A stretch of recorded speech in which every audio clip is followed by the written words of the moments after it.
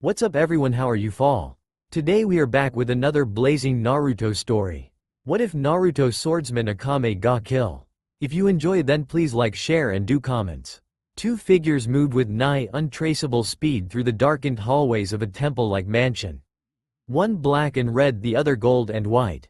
A young girl with long ebony hair reaching just below her knees with vermilion eyes.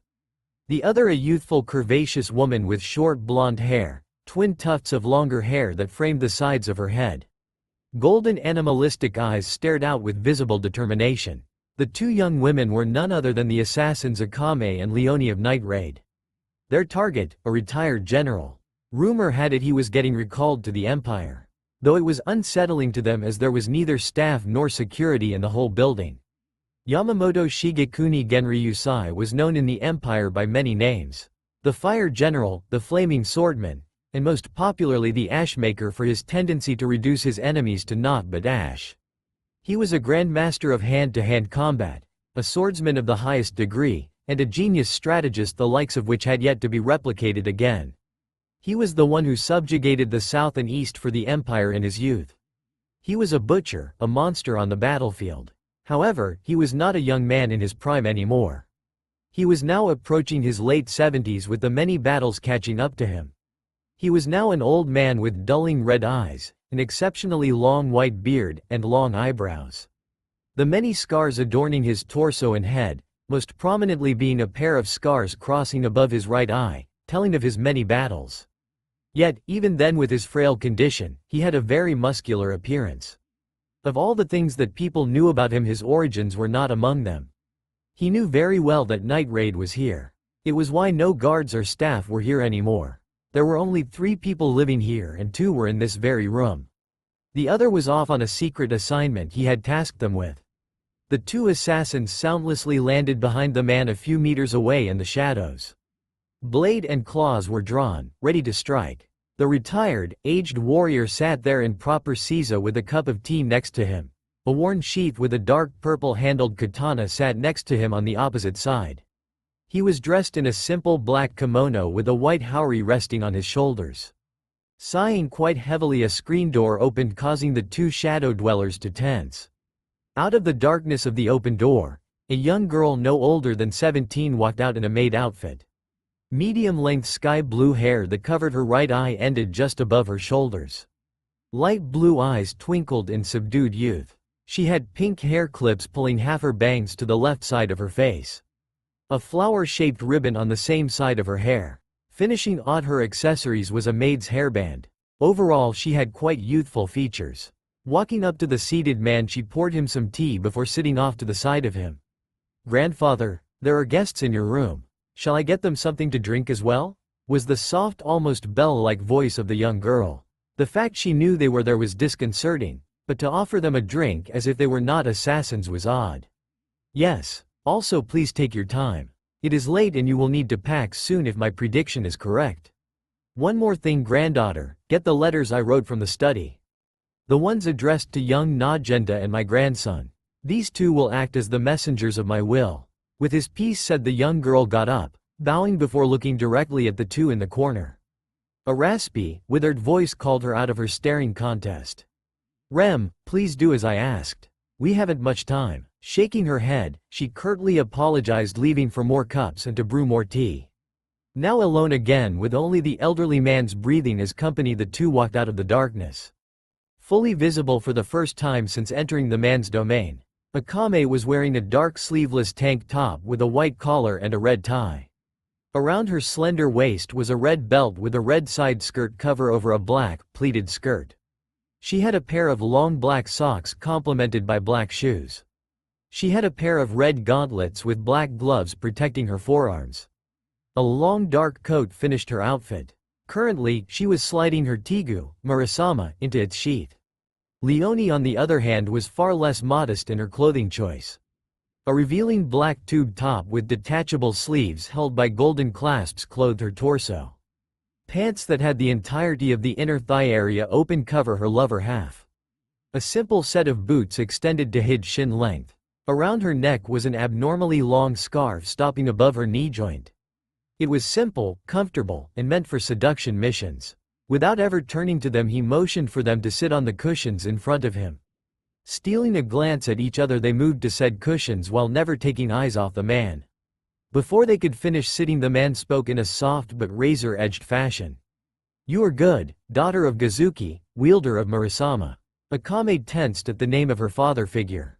"If I had been anyone else in the military, bar a select few, I would have never sensed you coming. Sadly, for you and your partner, I have not lived for almost 8 decades as both a warrior and general by not being able to pick up on even the most subtle of bloodlust. Still, you did admirably in getting this far. As a warrior and fellow assassin, I commend you for your no doubt hard-earned skill." Sipping on his now cooled tea, his dulling orbs never left the two admittedly attractive women in his line of sight. "You are without a doubt curious about why I am so calm. Why I'm not trying to defend myself." The subtle inclination of two heads was all he needed. "I am dying" is the short version. "I have at best a week to live. The many years of life, my overuse of my Tigu, and various old injuries have caught up with me. I have come to terms with this. I wish to see my wife and child again." With that information given, the assassin duo were shocked. Arguably one of the strongest generals past and present was dying? It seemed unreal for someone who conquered the South and East territories to die in such a mundane way. Not battle, assassination, or choosing a successor, but of old age. It was almost pleasant in a way. Catching their attention once again, the dying man continued. "I also have a confession to make. One few alive know about. My name is not Yamamoto Shigekuni Genryusai as I have claimed. No, my true name is Yamamoto Partas, of the Partas clan. I am the elder brother of Death's father. I am her uncle." 1. The silence in the room was palpable. There was no hiding a reaction to something that monumental. This man, the Ashmaker, was related by blood to the most sadistically brutal general in the empire. Not only that, but the girl from earlier, Rem if they remembered, was his granddaughter. She was the cousin of Death. This had to be a dream or some sick twisted joke. These people seemed normal and, albeit stoical, decent enough. How could they even? How was this even? How was this real? Leonie was now fully sprawled out on the floor unconscious while foaming at the mouth. Akame, in very Akame fashion, simply widened her eyes, silently waiting for the man to continue. While unbelievable, there were several things that lined up. 1. The maid, Rem, looked quite a bit like a younger version of the ice general holding a similar aura. The same could be said for the retired general currently sipping his tea, but his was far more refined and controlled. 2. The Partas clan were well known back in their prime. Thinking deeper on it, it seemed impossible that they just disappeared in what seemed overnight, save for one member. It made logical sense that some of them had survived scattering through the lands. 3rd, in his prime Yamamoto was considered unstoppable and unbeatable. He was hailed as the best, the strongest. Now Death had taken up that mantle. When looked at closely, it made quite a lot of sense. Both had far more similarities than differences. Now one question remained. Looking up, the ebony-haired killer started to speak but was interrupted. "My daughter and son-in-law, Kushina Partas and Minato Partas, formerly Namikaze respectively, were killed many years ago. Almost 17 years ago, come to think of it. Rem was only just a few minutes old when my daughter passed away from birth complications. Her husband had died a month prior in an ambush. Bandits had caught his hunting party while they were exhausted from hunting. Minato was the son I never had, so when he asked for my daughter's hand, I told him he could, only if he took up our clan name. His clan, the Namikaze clan, used to be well known in the north for bladesmiths, swordsmasters, and assassins. He was one of few that could still have offspring. Most of the others that remained were either elderly or sterile." The man paused to gather his thoughts. Sadly, when he died, he left behind a devastated pregnant wife and a confused 7-year-old son. So, when my daughter passed, I simply believed she had died of a broken heart, not that I blamed her. A coughing fit soon took hold of the man. Thankfully, Rem had just finished gathering what was requested and had returned. Quickly, with practiced ease, she placed everything on the table and was at his side almost the instant after. Sweat now dripping down his face with traces of red fluid in his beard. He waved off the young maid. Worried and slightly scared, the youngest Partas nodded, perched beside him far enough to be respectful but close enough to help should another fit take hold of the poor man. "Did you grab the letters that I requested, Rem?" It was not a question, he knew she had. Yes, I did, grandfather. The letters addressed to Najenda and Onisama, correct? The soft but curt reply came off as a bit clipped. Her baby blue eyes started to become moist. Good. You are a wonderful help and a beautiful young woman, Rem. Please remember that your parents, brother, and myself love you. No matter what happens, I need you to listen to your brother when I pass on, understood? His voice seemed tired, and yet Akame could hear the love in his tone. See it in his eyes. Right along with the sadness, he must feel for leaving her in the near future. I understand, grandfather. Please let Mama and Papa know that I love them. I wish they could have been here with Onisama and me. Be sure to let them know that I understand why they left us and that Onisama knows too. About halfway through her speech, the moisture from earlier had evolved into tears that now flowed freely down her youthful face. Yamamoto simply nodded as he hugged his beloved granddaughter close. He knew this was hard on her. She only had 2 people in the world that she loved, and one of them was close to death. Sighing softly, he pressed a nerve cluster near the base of her neck. Sleep, my child. You will need your strength. Your mother and father would be proud of the beautiful, stunning woman you have become. I know this because I feel the exact same way with your brother. Laying her head on his lap, he started to softly stroke her hair. Akame almost felt jealous of the young girl, but at the same time, she could empathize with the loss of family. I only ever wanted to protect my family. My friends. My clan. Everything I ever did was in the name of those I loved and held closest to my heart. I hold no regrets for what I did. Only that so many had to die in the crossfire. So many that did not need to die. It makes you wonder if there even is a god at times. I was called the Shinigami during my time in the shadows. Then I was the Ashmaker in the light. Yet both names were synonymous with the death I wrought on my enemies. The final lament of a man is said to be a powerful and moving thing at times. That even in the name of justice and righteousness a man is still just that, a man. About this time Leonie, who had been up until now comatose over death's apparent extended family, woke to hear the final words of the man she had been sent to assassinate. Right now the wild-looking woman was feeling conflicted. On one hand, this man was a general for the empire during some of its most brutal and bloody years while sitting at the helm of that bloodshed. The blood of hundreds if not thousands stained his hands. On the other, he was just a man trying to take care of his family. Now forced to leave one of his few relatives in the hands of strangers. All because he was dying. He most likely saw or knew what would happen if he did nothing to try and remove her from the empire. Akame and wielder of Lionel, I have 3 requests to make if you would listen. Again, it was not a question, it was simply him telling them to listen. Looking at each other they nodded. My first request is simple. Please give Najenda the letter my granddaughter retrieved for me. It has important information such as potential targets, guard shifts, informants, and the works thanks to my grandson. The second request is just as simple. Please take care of my granddaughter until her brother can get her. She will most likely ask to be a maid of sorts when she stays with you. I never understood why she insisted on it, so I stopped trying to change her mind very quickly. My third and final request is both simple yet hard. Please give my grandson my Tegu. It is his birthright, the heirloom of our family. He already has one, but that boy is special.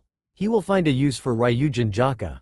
With his requests given, he waited patiently for an answer.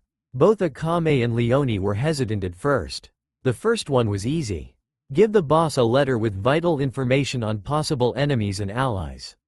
The third one was also simple enough. Find his grandson, then give him his family's heirloom. Even if it was a Tegu of immense power, family always came first. The second request was the hardest to grant. It could very easily backfire and expose them to leaks in location.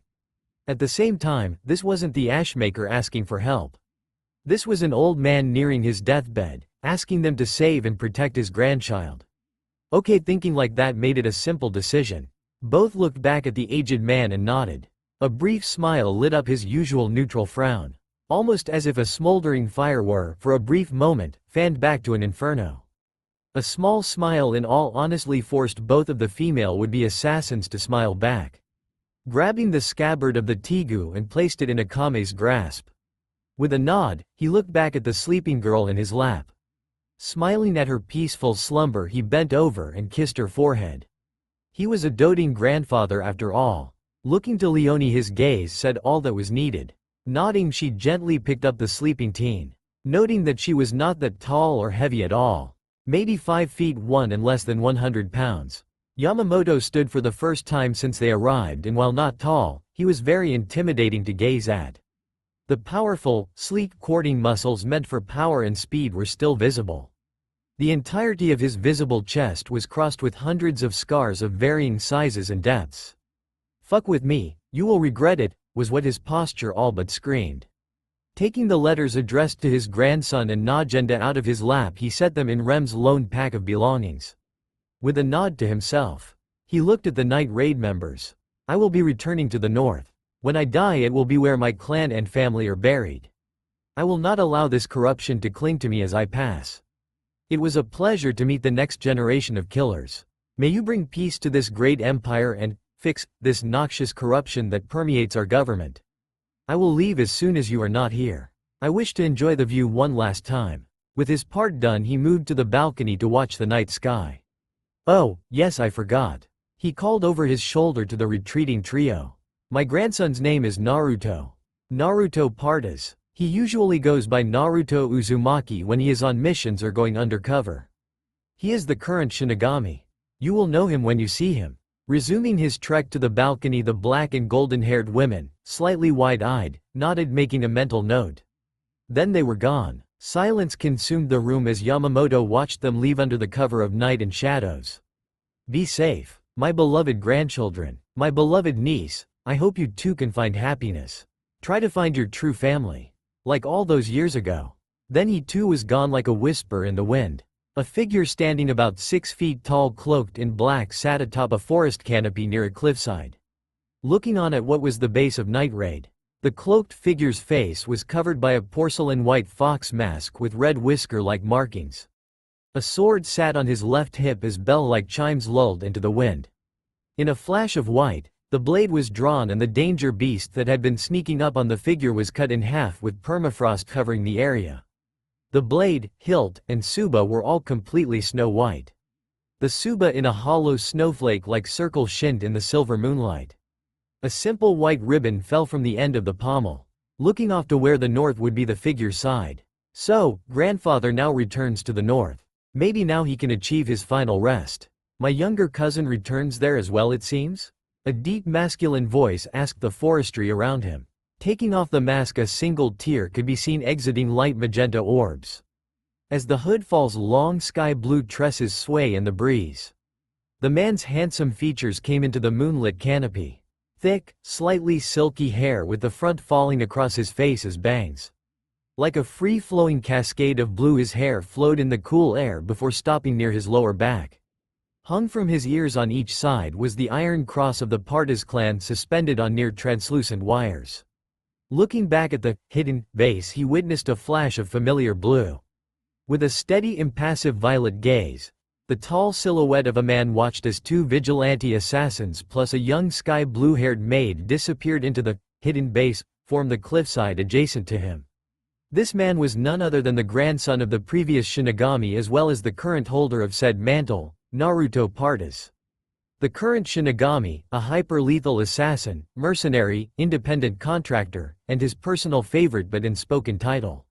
Rem's Oni-sama. Let it be known that he was a cis-con. A major one. I mean, look at her cute pouting face and try to hold back your nosebleed. 1. She was a biological weapon and now his only precious person. His creed, his shinobi code, was his sister and lord before all else. If forced to choose, they would never find the body.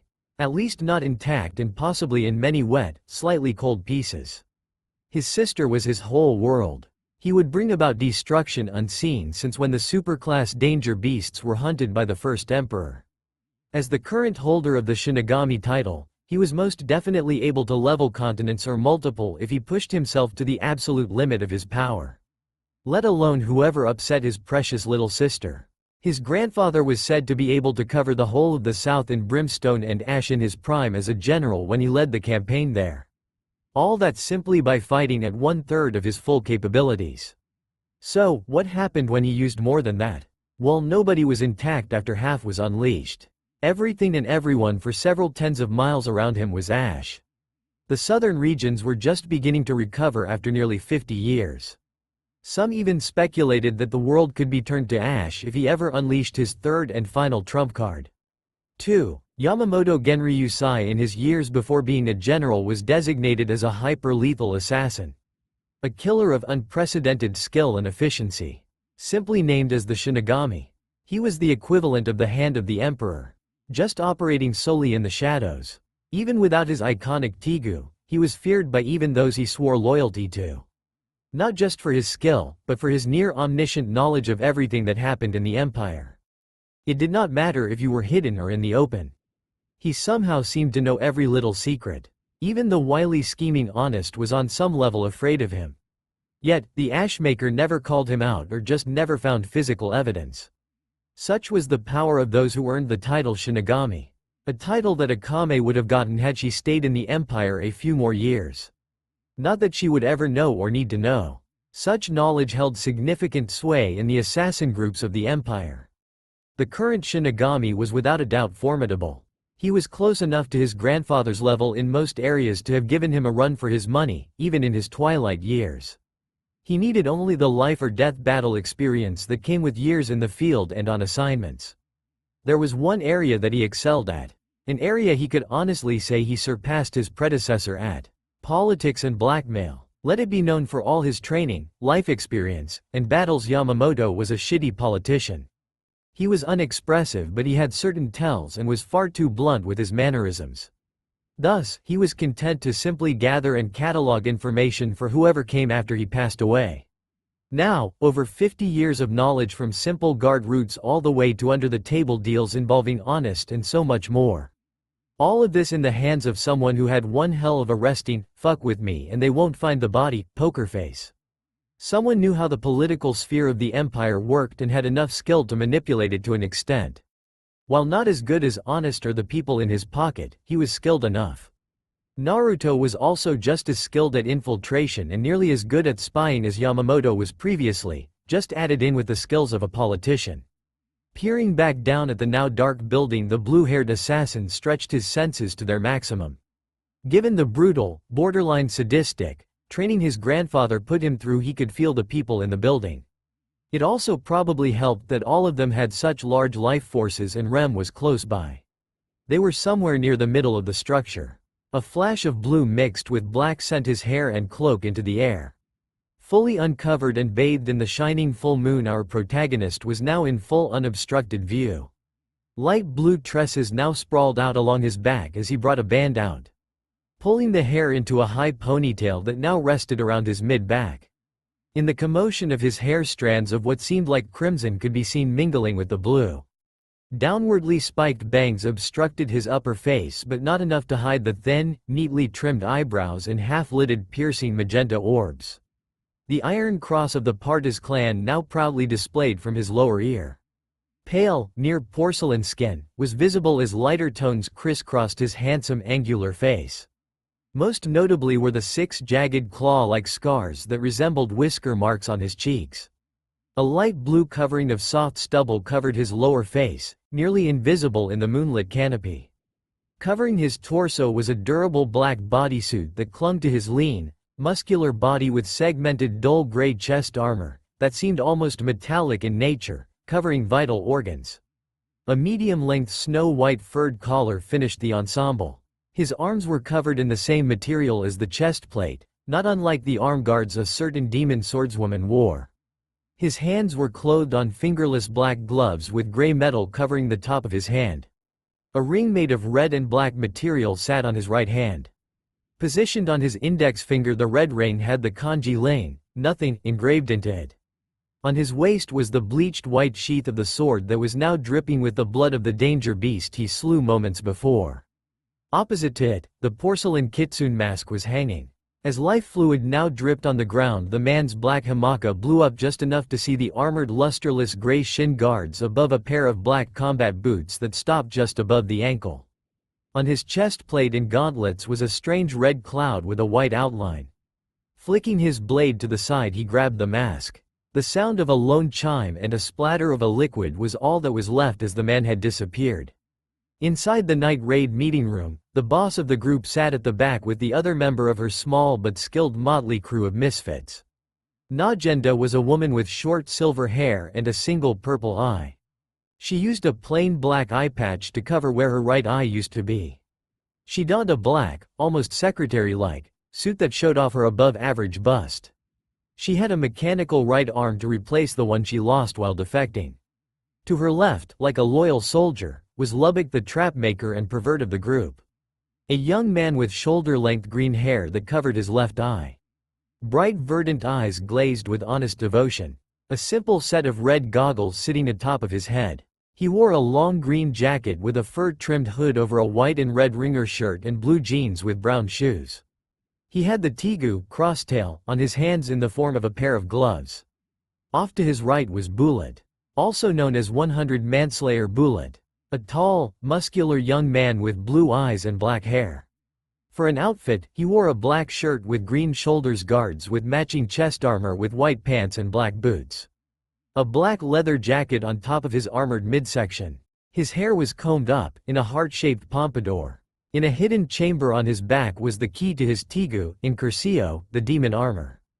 Off to Najenda's right was Mine, the inheritor of her previous tegu, Pumpkin, the Roman artillery. A young girl of below-average height, she was obviously of foreign blood to those who looked closely. Exceptionally long pink hair tied in twin tails laid on the right and left sides of her head. She had big pink eyes that matched her pink outfit. The outfit itself consisting of a tied shawl with a high collar, a pink long-sleeve shirt, a gown, and black stockings with pink shoes. Overall, way too much pink.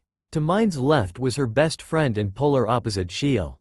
Shiel was a slender woman with long purple hair and purple eyes. She wore a revealing sleeveless lilac cheongsam with detached complementary arm sleeves and white boots. She had her tegu, ekstase, which took the appearance of a pair of human-sized scissors next to her. She wore glasses with a thin scar on her right cheek. A brief cool breeze caused the lights to flicker as three female figures stood at center attention. Akame, Leonie, and the tag-along Rem had just arrived a few minutes ago. After giving their report of what happened earlier that night, leaving out the revelation of who they were truly traveling with, everyone was surprised, to say the least. One of the most respected generals in the Empire's long history had returned to the north so he could die with the rest of his family. Not only that, he had given them vital information, intel that the Revolutionary Army would desperately need in the coming times. He had only asked the group to watch over his granddaughter, deliver a letter, and return a family heirloom to his eldest grandchild. It felt a little too easy, but one should never look a gift horse in the mouth. Especially in trying times when all the help possible is welcomed.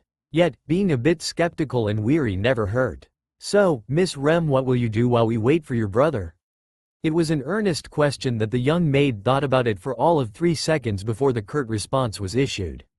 If it is not too much trouble. A quick pause. I would like to work as a maid or something of the fashion while I am in your care if possible. Why? Was the neutral counter from the boss of Night Raid. I am well versed in almost all forms of household chores. From cooking to cleaning, I am quite competent in all areas. If I did nothing, I would not feel right staying in your care until Oni-sama comes. I have always been the head maid of the household I stay in, no matter how temporary. With that said, there was not much left to say outside of yes. This girl made a fairly compelling argument. Also, loath they were to admit, but Akame was the only one with talent in the kitchen.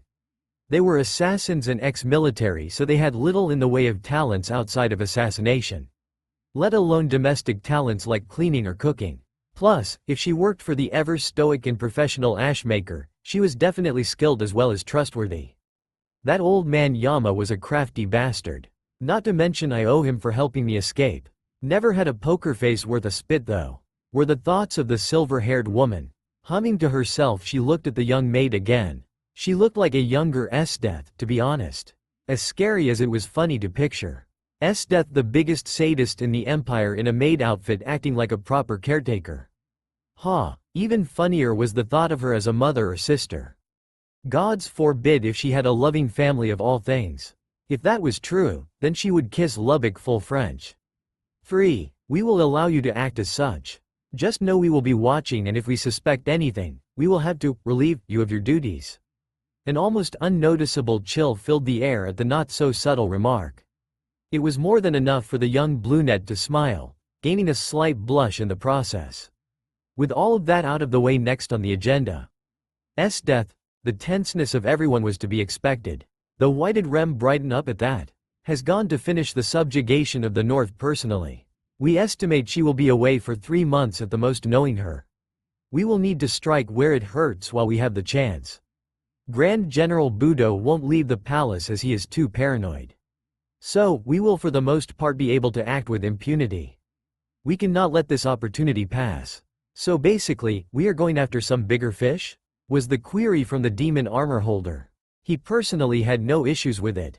The sooner the better in his mind. Yes, we have a chance to take out some big players. Why did she feel like they were being watched? Also, why was there a slight temperature drop?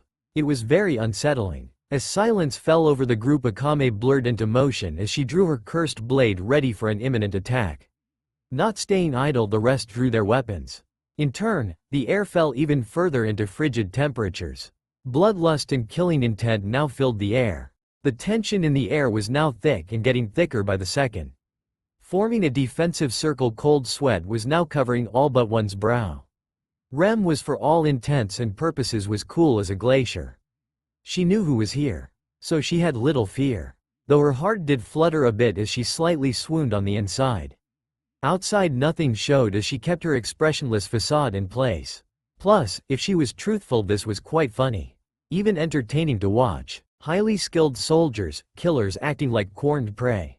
Did you know? A chilling voice bounced from every direction as permafrost started to cover the area. That as the body cools down, your mind and muscles do as well? Ice was now forming on the windows as the lights seemed to be growing dim. Your muscle memory and natural reflexes slow at a similar rate. Everyone, even Rem, shivered a bit at the near Arctic atmosphere. Right now, you would be easy prey for anyone who tried to strike. Did you also know people who are trained in icy and cold areas are able to naturally ignore these side effects as they grew a natural immunity to it? The room was now well below freezing as exhalation was visible while inhalation was becoming painful. Someone perhaps, from the north? Oni-sama, stop it now. You have made your point. Plus, I'm getting a bit cold. Trailed off the temporary housekeeper of Night Raid with a healthy blush. In that instant, warmth returned as the figure from earlier dropped down next to Rem in a half-kneeling bow. 4. Very well, milady. His now stoic yet accented voice replied from behind a mask. Oni-sama, why do you keep calling me milady? How many times have I told you to stop doing it? 9,102,005 times, milady. It was a statement with zero sarcasm. 5. Oni-sama, why do you have to be so infuriating? I want you to go back to what you called me when I was young. That is not possible, milady. You are my lord. Such familiarity is impossible and unprofessional. Though if ordered, I will acquiesce any request with all of my capabilities. Seeing what was hinted at, she could tell he was enjoying making a spectacle out of this. She slightly smirked as the previous annoyance was now replaced by a mischievous twinkle. Naruto partas. Everyone save Akame and Leone looked close to a heart attack. As the current lady of House Genryusai and matriarch of the Partas clan. I, Rem Partas, order you to call me Imouto or Rem from this day forth outside of formal meetings and in the field of battle. As the sworn shinobi and head assassin of my house, you are ordered to accept this. It was visibly clear that she was enjoying this if her mirthfully twinkling eyes were anything to go off. Nearly all of Night Raid looked close to passing out given how pale they were. Very well, Imouto-sama. I hate you sometimes, Oni-sama. One twitch. If you order it, I will atone with my life for having drawn your ire. I really hate you sometimes, 2 twitches. I am well aware, Imouto-sama. I know you're enjoying this behind that stupid mask of yours, 3 twitches. I have no idea what you mean, Imouto-sama. You could feel the smirk on his face. All of Night Raid was now stuck between mirth, shock, and disbelief. That was until Leone dropped to the ground laughing with Lubbock close behind. Mine just watched, absolutely dumbstruck at what was happening with Najenda, was in a similar way just better composed. Akame and Shiel watched on with unchanging features of the near comedy routine going on. Bullet was chuckling quietly while checking out the male bowing before the maid. This man had a nice ass. Chuckling lightly under his breath, the now-named Naruto Partas stood. He swiftly brought Rem into a light but no less warm embrace. "Very well, Rem-sama. If you wish for it as your elder brother and loyal shinobi, I will accept your judgment. Never forget you are my most precious person in the world." The poor girl looked close to going nuclear if her face was any indication. Turning to the now somewhat calm assassins, he decided it best to introduce himself. "I am Naruto Partas, loyal shinobi to the heiress of the Partas clan and head assassin of House Genryusai. I am the current holder of the mantle Shinigami, the current leader of the Akatsuki organization. 5. I am the current wielder of the Tigu, Soda no Shirayuki, the ice sculptor." As he finished, he gave a slight inclination of his head. Just outside the north, a tall, beautiful, and slender woman gazed at the landscape with disinterest. Long, light sky blue hair and eyes looked to where her clan used to live. She wore a general's apparel. Long sleeves with buttons on the upper arms, a blue scarf on her neck, and high-heeled boots. A strange symbol or tattoo displayed proudly on her chest. The sign of her Tigu, the demon extract. She didn't know why she was possessed to look that way. Nostalgia perhaps? "My beloved niece, I hope you too can find happiness," whispered through the wind as it passed by her. That almost sounded like uncle. But how? Shouldn't he be dead? "Try to find your true family. Like all those years ago." True family? Shaking her head, she turned to where she was sent to conquer. "I will think about it later." A sadistic smile crept onto her sublime features. "Let the war begin," was her battle cry as her army of fanatical soldiers rushed towards their first target. Back in the north, a certain ice general was making slow but steady progress into the heart of the first stronghold. Casualties on her side were minimal, not that she was worried. She was leading one of the fiercest armies in the empire. While not as strong as she would have liked, they were no less skilled. The same could be said about the natives and soldiers against her. Any other general would have had trouble. Budo could have easily done the same if slightly better than her if he were leading. General Yamamoto could have taken the base in a few hours and conquered the north in less than a month. Even with the demon extract, she would be hard-pressed to replicate that kind of efficiency. Tisk, even at 60, he was still stronger than Budo and myself. I wasn't around much while he was in his prime. Shame I only ever got to meet him when he was retiring. He reminded me of Uncle when he was still around.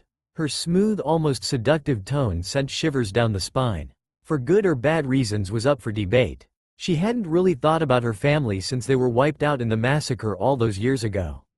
Come to think of it, she missed her little cousin, Rem, quite a lot. Such a sweet girl if a bit weak.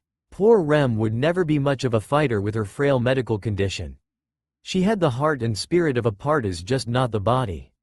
If she were still around, death probably would have made an exception to her philosophy. The youngest of her cousins would still be able to fight, just not for long. Her older cousin on the other hand was stronger than her. Even all that time ago. She was quite fond of her time spent with them. He would teach her how to prepare meat in pelts when her father was busy, which was often as he was the chieftain of the village. Why was she thinking about this now? Was it because she was in the north? Still, she mused, those were good times. Carefree and never dull, to be sure. It almost seemed like a lifetime ago her older cousin would help her hunt danger beasts and teach her so much more. "Ma'am, I have the report ready," a soldier voiced as he entered holding out the papers. Taking them while skimming over, she was pleased with what she saw. The main wall was close to being breached. The flanking fronts were making steady progress on the side encampments. Another day or two and they would be through the first wall. Then they could lay siege to the interior. It would only get harder from here. Idly, she noted that these were extremely well put together and worded. It looked like a scholar or lawmaker had written it. "Lieutenant, what is your name?" Now that got the poor brown-haired man startled. Though he was calm, a bit of sweat rolled off his brow even with the cold air of the north. Swallowing slightly, he replied without a stutter. "Sosuke Aizen, ma'am." While confident on the outside, he was weary of his general. Even more so now. Ever since they had started the campaign in the north, she had seemed almost lost in thought. He understood though. Coming back to your homelands after nearly 2 decades, and to top it off you were here as its invader. She probably didn't care, but you never know. She had some weird, somewhat odd interactions in the past with other higher-ups. Sosuke Aizen? What a strange name. Where do you come from? Certainly not the Empire. I come from the Western tribes, ma'am. More specifically from a seafaring village near the border of the West and North. My parents came from overseas before I was born. My name was actually quite commonplace on their continent from what I was told. He was not going to give too much. He feared for the heir and was slightly worried they might go after them for having trade relations with other countries. Wiping his face, he adjusted his glasses, making them flash briefly. I guess that would make sense. If that is all, ma'am, I must get back to the front lines to help coordinate. Good day, ma'am. Saluting, he turned until he saw a flash on the edge of his peripherals. Instinct and years of combat came to save his life as his katana came to save his head by a narrow margin. Steel clashed as they now stared face to face. Good reflexes, Lieutenant. Almost too good. She nearly purred out. Years of practice and experience, General. I've served for many years in your army, was the curt reply. Excellent. I am glad to have someone like you in my army. Though I must ask about the ring on your left hand. It doesn't look like a wedding ring, and looks surprisingly well made. On his left thumb was the black and red piece of jewelry with the kanji chain, green, on it. It was a gift from a close friend of mine. He only ever made 10 of them. He just happened to give me one of them. I am not sure where he went, but I am sure he is fine. He was skilled at the art of combat. Now if you will excuse me, I must hurry to the front. Sheathing his blade while maintaining eye contact, he snapped a salute and left. The sadistic woman was left back in thought. Maybe after the war, she would take some time off. If only to try and relax for once. Her mind was all over the place, a sign of weakness in her eyes. She would need to talk to somebody. Good thing she knew just who to call. Leader Sama will need to be warned as well as the others. We don't need any breaches of security. Hastily entering his tent, he penned a letter. He gave it to a messenger telling them it was urgent, with a small bag of coin discreetly placed in their coat pocket. Nodding, the rider sped off as Aizen made his way to the forward command area. A crow on a nearby pole watched the silent interaction with Aizen, looking right at it. A flash of black and red metal mirrored a flash of matching eyes as it flew off. Naruto very nearly burst out laughing from behind his mask. It seemed his gamble was paying off. Say what you will about his gambling habits, he had the devil's luck. With his forthcoming introduction, he had accomplished many things. He had established that he was a threat that needed to be taken seriously while showing he was still truthful. As well as being forthcoming with basic information that anyone could get if they looked enough. Another accomplishment was his little display with Rem had helped lighten up the atmosphere. Tense situations more often than not made his poor sister nervous. Given her weak constitution, he needed to take that stress away as quickly and efficiently as possible. If her own reaction was an indication, it appeared to be working quite well. Plus, he thought it was funny watching her grow irritated and Night Raid lose their composure. Besides, most of his titles meant nothing. There was little anyone could do with his position as the shinobi of Rem, head assassin of House Genryusai, or the holder of the Shinigami mantle. They were of no consequence to give away to the group he would probably be working with, or at least giving information to. Hell, even him being the leader of the Akatsuki was no big deal, as nobody knew anything about them. Outside of them being an information bracket, that is. The biggest gamble he made was the name Parta's name. In most circles, it was a powerful bargaining tool. A risky one, yes, but the payout could be just as good.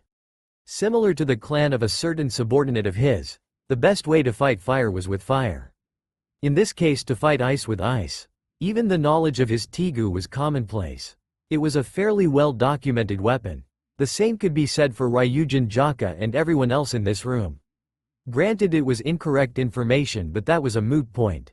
So, what could have been considered valuable on the surface was in reality no more secret than the corruption of the empire.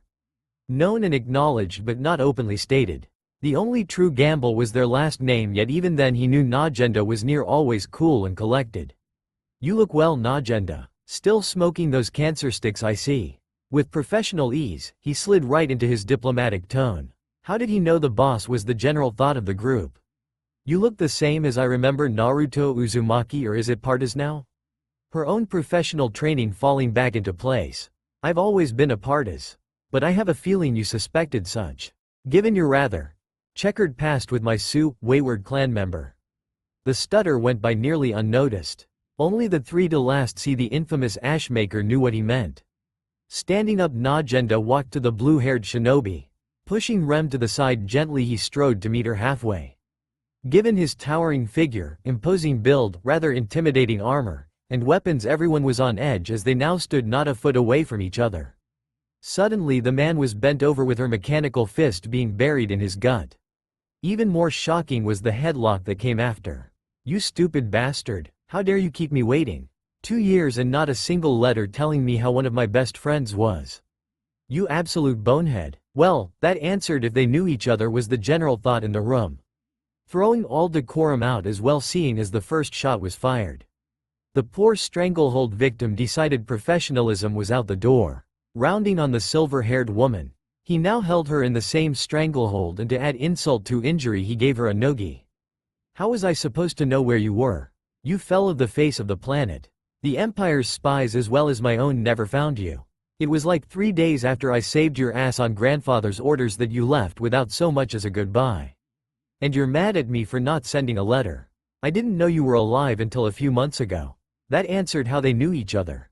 Calming down, he released her, giving her a monstrous bear hug, pulling her close, much to the not-so-secret ire of one green-haired wire user. Sighing and returning the hug, she sunk into his embrace. Just like that night after she played turncoat on the Empire.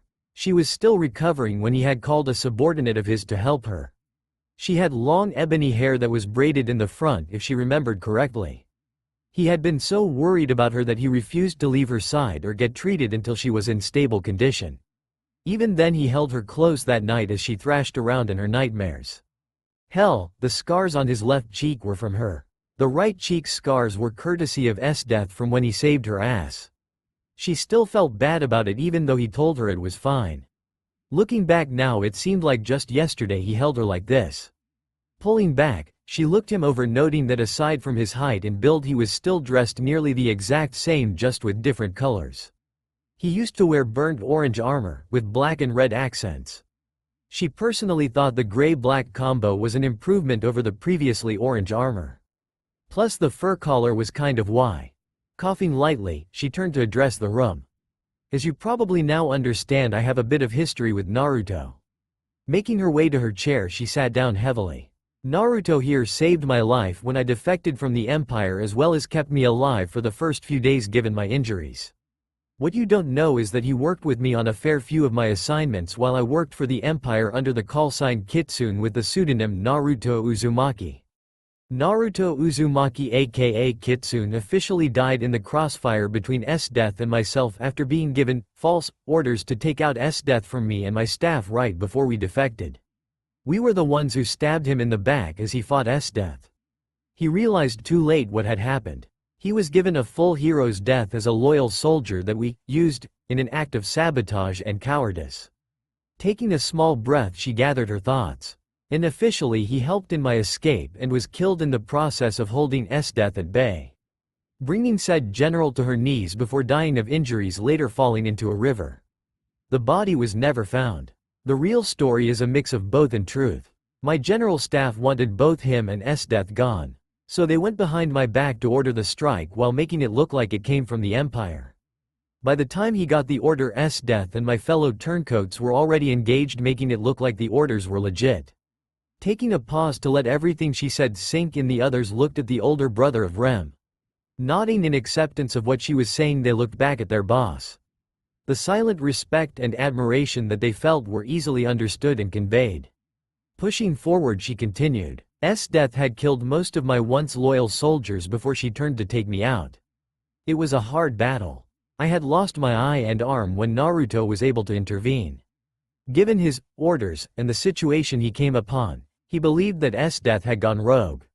He quickly engaged, ordering me to fall back. I don't know much of what happened after I was taken away, but I later read reports from our spies. An entire mountain chain was reduced to hills, craters, and glaciers, with the operative under the call sign Kitsune presumed Kia after being used as a pawn by rebelling officers. S-Death reported that when they fought, he was taken by surprise when he was shot in the back by one of my soldiers. The man in question nodded. He could recall the feeling when it happened. The confusion, rage, and so many other negative emotions. It was an unpleasant feeling. Apparently, he took multiple gunshot wounds while protecting an exhausted S-death after assessing that he was used. As soon as he dispatched my former comrades, he fell from a high bank into the river below. S-death had wanted him found so she could conscript him into her army as an officer. Further still, she displayed some remorse when all that was found was his broken mask, clipped sword, and blood-soaked cloak. Kitsune was officially claimed as a hero and a loyal soldier to the end. This was met with silence from all sides. It was absolutely shocking to hear the truth. Naruto remembered it quite well as he had been near genocidally with his anger after that betrayal of trust had sunk in. He had calmed down after learning that Najenda had no part in it even though he had doubted that from the beginning. Her slimy staff always had him in their line of sight and just needed a reason to get rid of him. The silver-haired woman was in shock that some of her allies would do something so much like Honest would. It made her cringe in disgust even to this day. It only compounded into guilt when she learned that her forged signature was on the orders given that day. It probably didn't help she left a couple of days later while he was still nearly mortally wounded and taking care of her. Old man Yama had been apocalyptic in his fury with Rem close behind when Naruto had appeared in the dojo to give his report. As soon as his verbal report was finished, he fell over in a pool of his own life fluid. Yamamoto nearly came out of retirement just to make sure his aggressors were all brought to justice in the form of ashes to fertilize the land. Rem on the other hand started out nearly catatonic after seeing her beloved Oni-sama hurt so bad. She stayed with him after he had gotten back for every second she had to spare. It was the first time she ever came close to losing him and she would be damned if it ever happened again. After he was stable and his injuries accounted for, that was when she joined Yamamoto in rage, as well as throwing herself into studying how to be a doctor. A field medic at the very least. He had gotten the whisker-like scars on his face from S-death as well as a plethora of other wounds large and small alike. He had also been hit by 15 bullets along with 2 grenades. His old armor and weapons were destroyed as well. The damage to his body and spirit left him comatose for a week. Thankfully, he had a small healing factor, but that was for another time. With his alias, Kitsune, dead, he was free to take up the mantle of Shinigami as Yamamoto's chosen successor. Furthermore, he was given the Tigu, Soda no Shirayuki, to be his new partner. He later forged custom armor as Kitsune's was issued by the Empire. Kitsune was now officially and unofficially Kia in the eyes of the Empire. Being the pragmatist he was, he used that to his advantage. From the ashes of Kitsune, the newest Shinigami was born. Nobody knew who or where he came from. All that was ever stated was Yamamoto raised the boy from birth and groomed him to be the next Shinigami.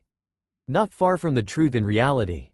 The only difference between the two was it was Naruto himself who expressed interest in the mantle and position. Kitsune was a test of sorts to see his capabilities as an assassin. To say he passed with flying colors was an understatement. Coughing loudly to gather attention on himself, he addressed the room while pulling his precious Imouto to his side. Now that story time is out of the way, let's continue where we left off. Yes, my real name is Naruto, Parta's older brother of Lady Rem of the Partas clan. I am the current Shinigami of the Empire and answer directly to Emperor himself when I am called upon. I am also Yamamoto Shigekuni Genryusai's grandson. If you want the full story, go ask Akame or Leone, as I'm sure grandfather already explained it. If it is not too much to ask, Najenda, Rem and I could use a room, bed. I had a rather difficult assignment before coming and had to wash the blood off my clothes. As you can imagine, they're pretty stiff and uncomfortable. Sleep would be welcome as well as a bed. He indeed was exhausted from the day's events as well as his previous mission to deal with a problem involving Honest and his cronies.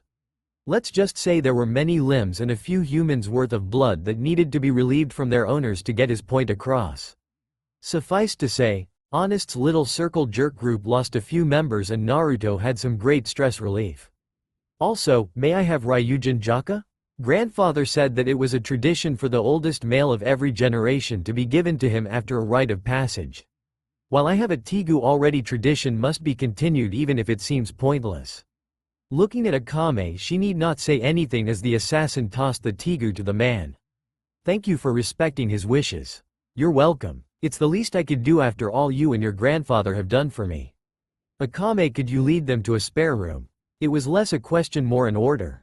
Yes, boss. Follow me if you would like a room. Wow, that level of inexpression made a rock look like a goddamned court jester. Shaking his head, the tall assassin put his hand on his sister's shoulder and led her out of the room before turning to look back at everyone. In an instant, the room grew ice as a snowy blizzard was born with magenta eyes glowing an unholy flame of death as the lights completely flickered out. We are friends, Najenda, that much is true. But if you ever threaten Milady again, I will turn you into a frozen sculpture and reduce your entire organization to smoldering cinders.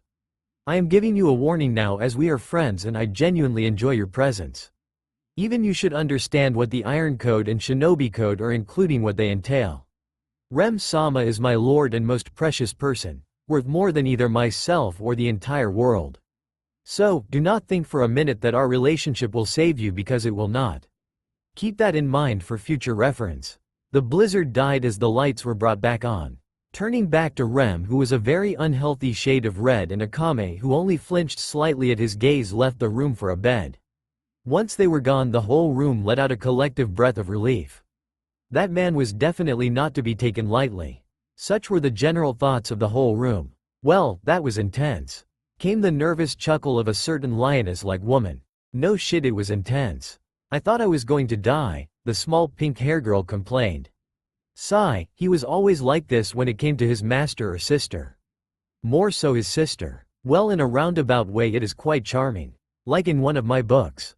An airy response continued. HMPH. He was kind of cool, I guess. Didn't need to show off so much though. He'll make me look bad in front of the girls. Whined the green-haired perv. Outside of the threat and parting words, he was kind of why. Not my type, but definitely why. Especially in that armor. I wonder how I would fare against it. Plus, he had a really nice ass. You get 3 guesses and the first 2 don't count. Back with the trio in the halls, silence reigned dominant as they made their way to an unoccupied room. Rem was content being with her brother and he with her. Akame was still on edge from earlier and fingered her hilt should he try anything. Boss trusted him, so that was enough for her. Weariness just came naturally to her since her training with father demanded as much. Having enough of this uncomfortable silence, he addressed the anxious demon sword user. Miss Akame, to her credit she only flinched slightly. I would like to thank you for protecting Rem-sama while escorting her here with skill and professionalism. On that note as well, I would like to apologize for earlier. While it may seem unnecessary, you must understand my job as a shinobi and older brother comes before everything. Including my life and friendships. Such is the job and obligation of the eldest. To protect the younger no matter the price. It is a job I take seriously, to the point some might call it unhealthy or fanatic.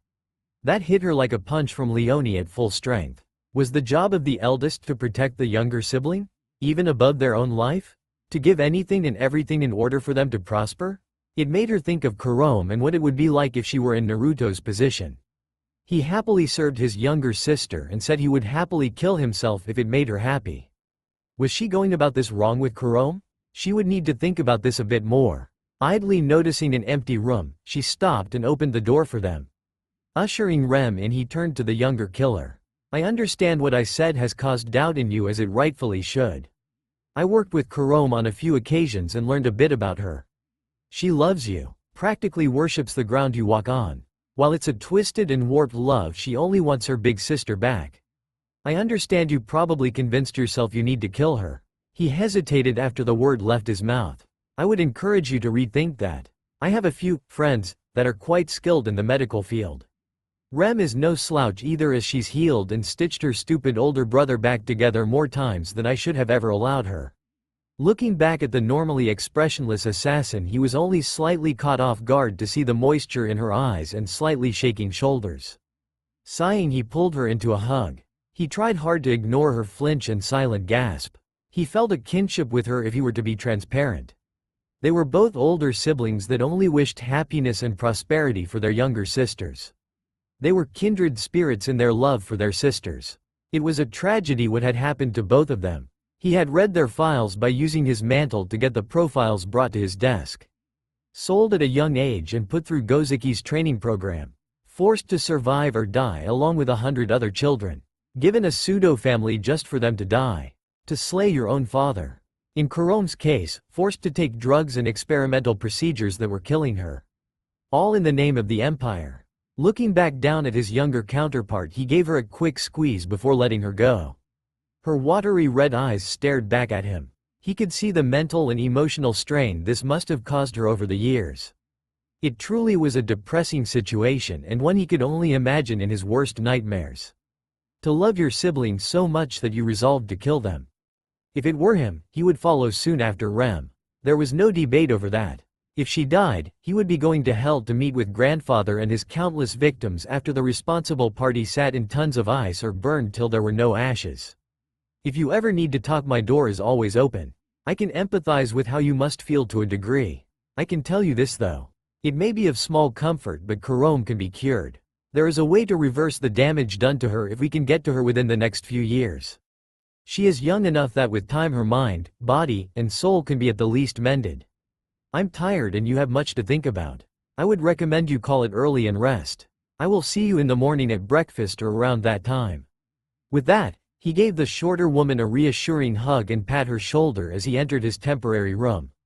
Looking inside, it was quite simple and Spartan. Just a lamp, desk, and chair in the rightmost corner, a nightstand next to the bed, an empty bookshelf next to the desk, a wardrobe just to the right of the door with an armor stand in the corner next to it, and a bed in the corner. A window with half-closed curtains stood above the desk. Quite cozy in their opinion. No traps or spy equipment. Naruto looked at the bed and nodded. It would easily fit them both. Once he was done inspecting the room, Naruto quickly grabbed Rem in and hugged the life out of her as he checked her over from head to toe. Rem, are you okay? Did they hurt you at all? They threatened you, but it was grandfather's dying wish for us to work with them, so I couldn't do anything. It has only been a few months since I last saw you and you just keep getting more and more beautiful as time goes by. Gah, soon I'm going to have to start turning boys into frozen sculptures or cinders for coming near you. ARRRRG. You need to promise Oni-sama that you will stay my beloved little Imouto-chan for the rest of time, okay? Promise me, promise. The poor older partis looked close to a mental breakdown as his emotional state went from worry to anger to desperation. It was quite apparent that this happened often when they were alone if Rem's deadpan stare was anything to go by. Granted, on the outside she was deadpanning, but with the addition of a healthy red hue. Inside her head, she was losing her mind at all the attention she was getting. Not that she minded, but still having her big brother, her beloved Oni-sama, fawning and doting on her made her feel loved and special. Plus, he called her pretty and was proclaiming his intent to kill boys for simply coming near her. It was a bit morbid, but she was touched nonetheless over his declaration of love for her. Oni-sama, please calm down. I'm tired and want to sleep. We can talk more in the morning. She slurred. The emotional exhaustion was finally catching up as her eyes drooped. Nodding reluctantly, he turned around as she undressed to give her some privacy, much to her hidden disappointment. He placed his two tigus next to the wardrobe and grabbed a now unhidden black scabbard from the small of his back. Proceeding to throw it to the bed, he looked down at his still clothed body. Slowly and methodically he unclipped his gauntlets and torso armor and placed it on the stand. With his top half done, he took the hamaka and black sash that held it up and folded them neatly while clearing the wrinkles from it. Greaves and boots were unbuckled and placed at the base as well. Next was the top of the two-piece bodysuit. Looking back at his younger sister, who was now in a conservative blue nightgown, he pointed to his back. Understanding what was needed, she found the near-invisible zipper and gently pulled it. Broad and powerful back muscles were shown to the world as scars littered his back like a war zone. Old bullet and shrapnel injuries were scattered over the area. Helping pull his scared and tribally tattooed arms out of the skin-tight sleeves, he removed the black clothing altogether. His pale near-porcelain upper body was on display. The black and red ink contrasted nicely with his skin tone. While lithe and thin, it was nothing but pure corded muscle meant for explosive speed and power in equal spades. 6 foot and 1 inch with 200 pounds of nearly unbreakable bone and steel-like muscles now stood before her in the form of her doting brother. With a burning flush, she couldn't help but let her eyes trail over his half-naked form, as it always awed her at the damage that had been taken. His whole upper and lower torso looked like it had been put through a blender, but not in a grotesque way. If she were to ever be caught, she would, of course, deny it with her whole being. She thought it was why. There were a few scars that always caught her eyes.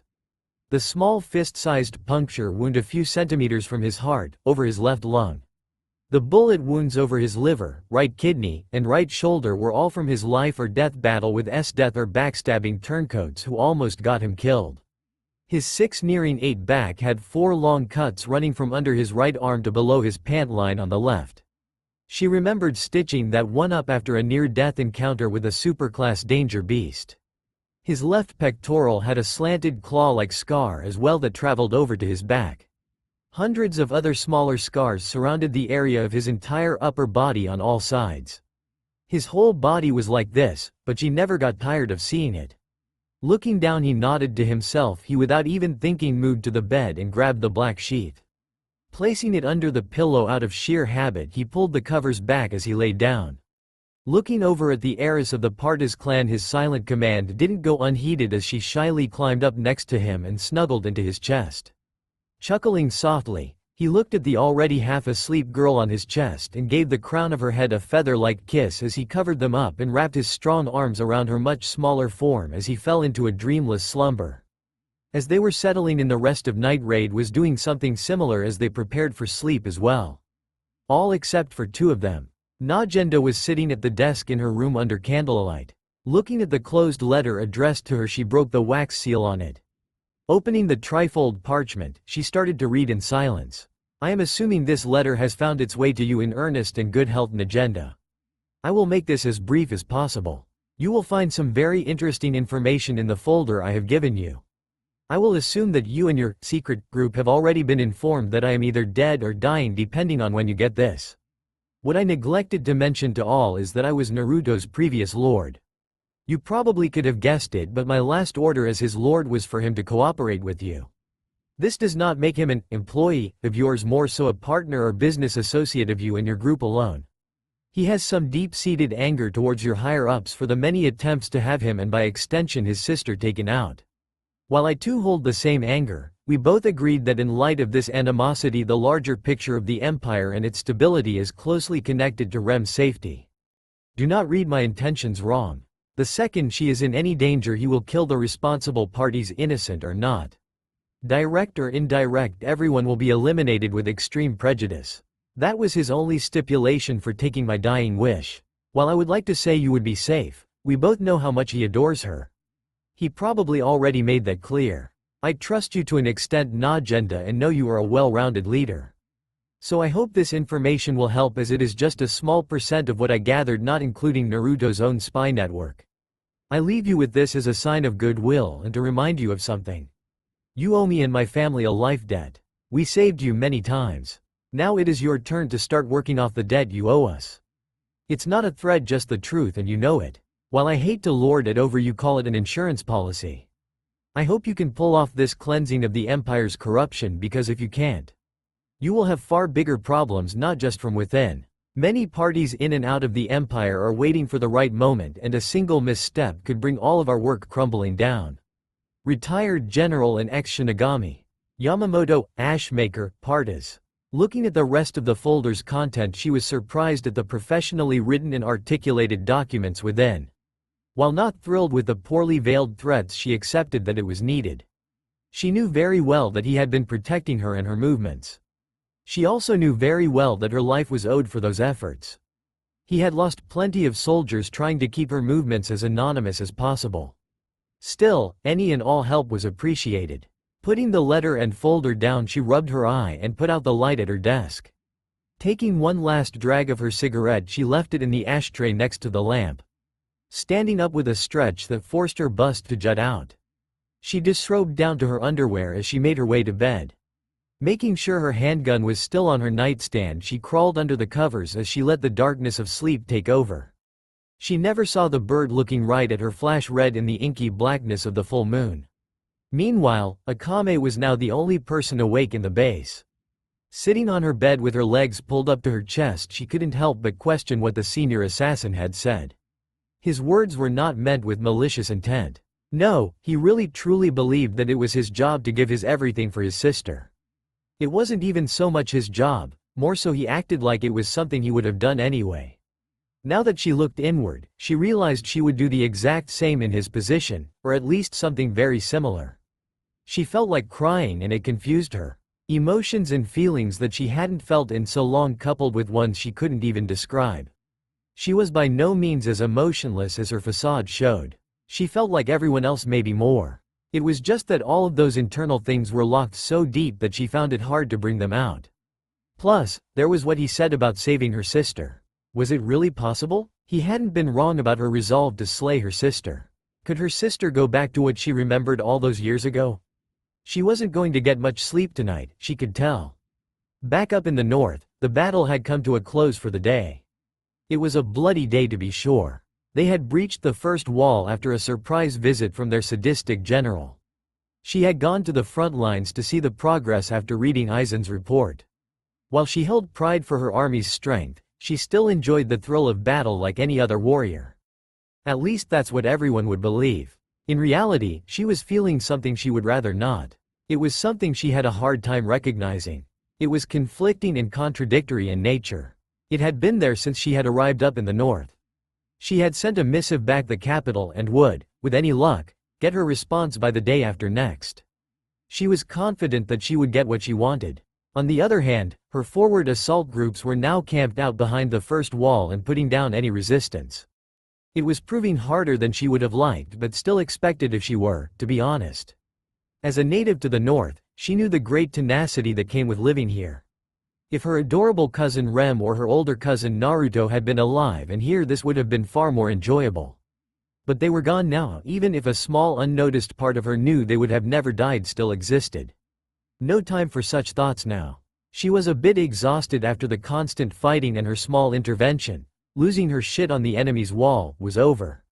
Still, the commander's garrison in the wall had a nice large bed and she would kill anyone in her way to getting there. As she entered the room, a presence could be felt in the shadows next to the desk in the room. It was faint but she could sense it nonetheless. It was a disturbing presence as it held no anger, killing instinct, or bloodlust. It just existed. Show yourself before I freeze you.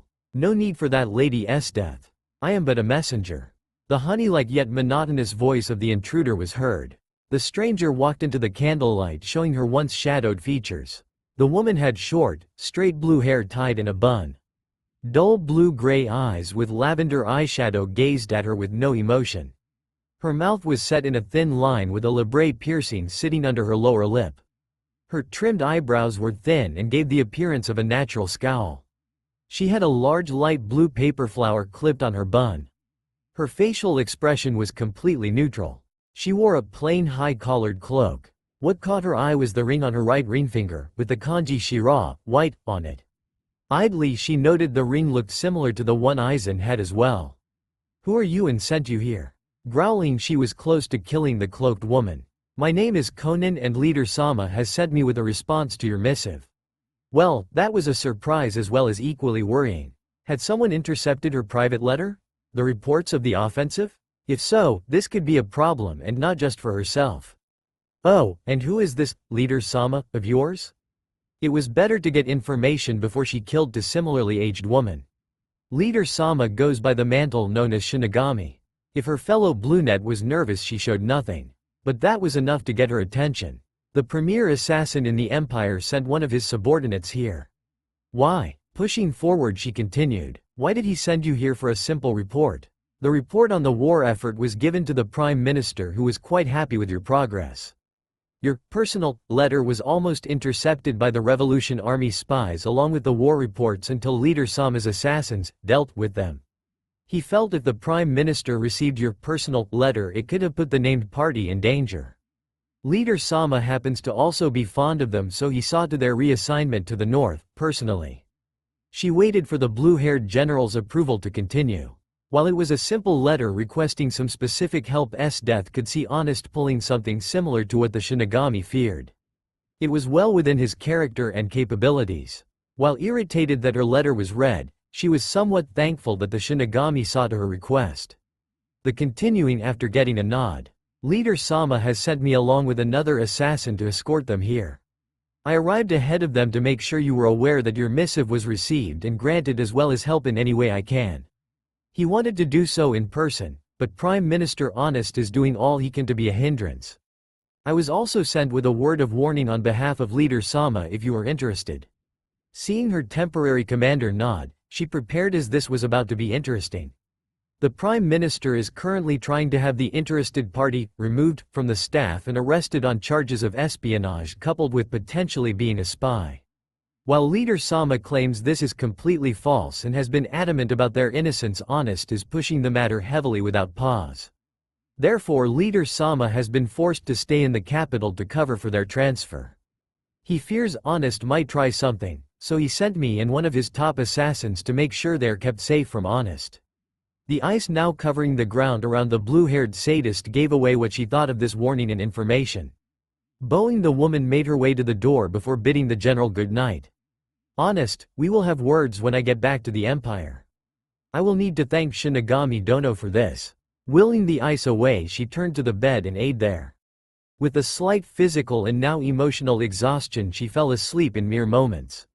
As the sun had just started to touch the sky in the young hours of the morning, the world started to stir.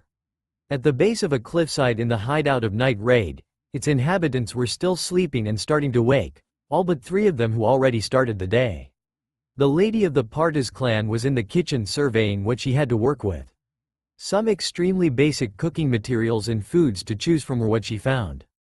Still, she could make a meal for the 9 inhabitants. The shuffling of clothes and running water echoed in the kitchen as she prepared for making breakfast.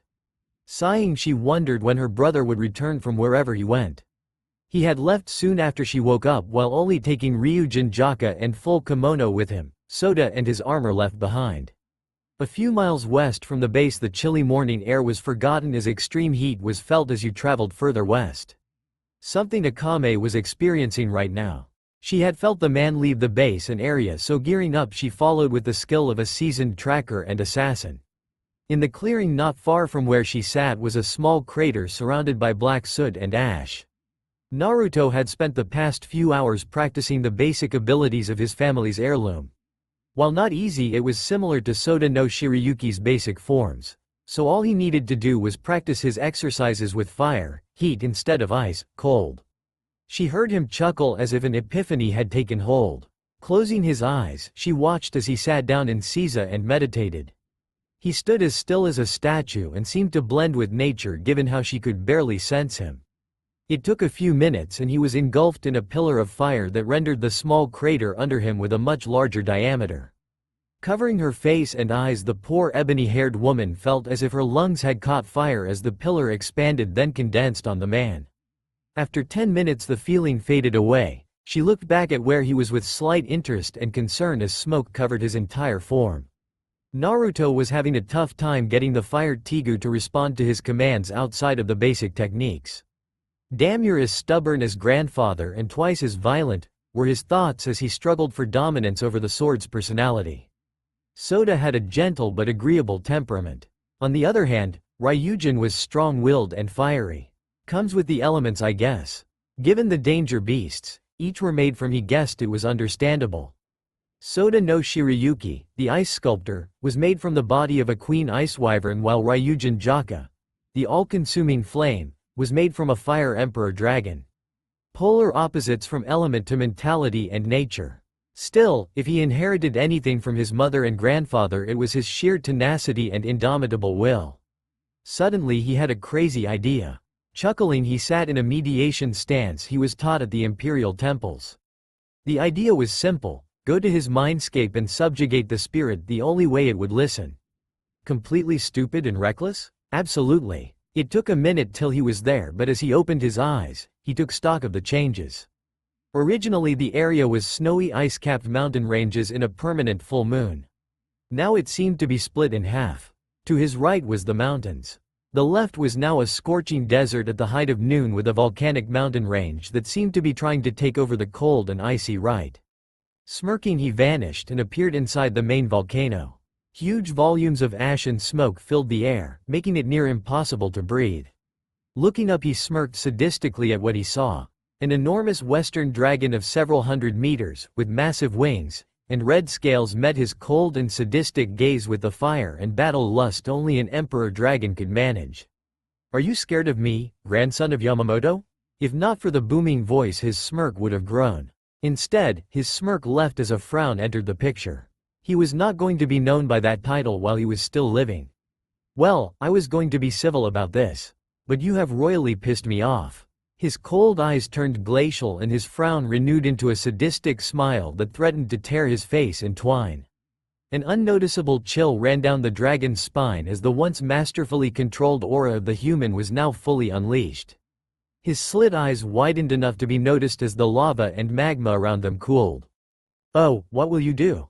Grandchild of the Ashmaker.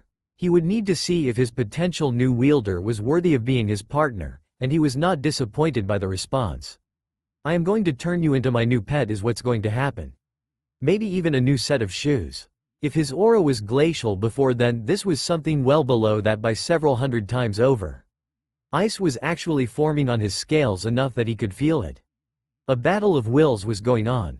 Stalwart ice met consuming flame in a clash of steam. It took a few minutes before the Emperor Dragon was satisfied. You will do well as my new wielder, child of Yama? No, my new partner. The Shinigami of Ice and Fire. The Sculptor of Ash and Ice. A fitting title. Learn and use my power well. Naruto partas. His draconian smile was filled with hundreds of human-sized fangs. Yes, he would enjoy this partnership. Naruto grinned right back as he held out his fist. The Emperor of Fire looked at it for a moment before meeting the limb with his own. As they closed in and touched, Naruto vanished from his mind. Oh yes, he would enjoy working with the boy. No, the man with a will stronger than even Yamamoto. As he came to, he looked down and noticed his kimono top was now gone and his hamaka was now covered in soot and burn marks. Spreading his senses to the clearing around him, he smirked and blurred away. As the smoke cleared, Akame gazed at the now empty spot that once held her senior in the art of silent killing. That was until she felt what she thought was a miniature sun appear behind her and an uncomfortably hot blade near her jugular. Did you enjoy the show? Teased the presence. She was at a loss for words until the blade left and she heard it return to its scabbard. Well, she could feel the mirth coming from her back. Looking back, she saw something that made her blush as thoughts she never encountered stirred at the back of her mind. The muscled and heavily scarred torso was right at eye level as magenta orbs gazed down in uncontained mirth at her reaction. She could feel the heat that now emanated from just standing near him reach her face and cheeks. Turning her head to the side, she found her voice finally. I saw you leave the base and needed to make sure you didn't meet with an enemy. She was glad she could control herself as well as she could, or this would be a vastly different situation. I guess that makes sense. How about a spar? I need to keep my skills sharp and you could use a different sparring partner. His battle lust was on full display. Sure, no killing blows or lethal contact, right? Yes. Can you control Murasama's curse? Enough that it won't kill you if I hit you once or twice. Excellent, first blood then. Swords only, by the way. With the rules in place, he tied his hair in a high ponytail with a strip of his ruined hamaka. Play Sekiro Ost Genichiro Ashina. From Software has some of the best battle music. The two swords masters stood about 9 meters apart, hands on sheaths and bodies tensed. As a crisp morning breeze entered the clearing, they watched a single flower petal fall. The second it hit the ground, the ring of metal on metal cried out for all to hear. Jumping back, they sized each other up. Akame's stance had 1 or 2 holes as her blade lay parallel with her eyes outward curve facing her. Gozuki's assassination sword stance. Naruto's stance was more reserved with his blade resheathed while jutting out perpendicularly from his hip. His hand hovered over his hilt like a snake waiting to lunge. What is that stance? She didn't recognize it. It is called Batojutsu. His eyes narrowed and seemed to bleed gold as he disappeared from view. Instinct took over as she riposted his strike at her neck and returned it with a high-speed thrust to his neck. Leaning back just out of range, flipped to a crouch at a 45-degree angle with his blade now screaming from its parried position toward her chest. Jumping up, she backflipped out range just to meet his now molten gold eyes as his blade cried out for her neck. Spinning to the side as she blocked the swing, she kicked off his arm. He recovered just as her blade was in his face. Smirking, he muttered under his breath and he was gone. Red eyes widened as her muscle memory quickly kicked in. Gauntlet and sword edge met in a clash of sparks. Struggling, she managed to crouch and swing for his outstretched arm nearly unnoticed. His scabbard came to the rescue as it batted her off to the side as she grunted at the blow to her ribs. Looking up, she saw him settle into an odd stance. Blinking, she nearly gasped as he was now next to her with his blade and scabbard in front of his chest. Thinking fast, she brought both hands to her hilt as she prepared for a two-handed thrust. Only she was surprised when his sword was sheathed so fast. She failed to register that it happened next to her ear until it was too late. "Ryumaisen," was all she heard until her ears stopped working. She flinched this time as she now heard only the ringing of her eardrum. Clutching her head, she looked up as his back was now facing her. Smirking, she vanished only to reappear with her sword already nearing his neck as she silently relished in his brief surprise. Only for the look to be traded when she watched in near slow motion as his palm now struck her blade off course just enough as a few hairs now blew away in the wind. With unnatural dexterity, her leg came up at his ribs as he flew away from the powerful limb.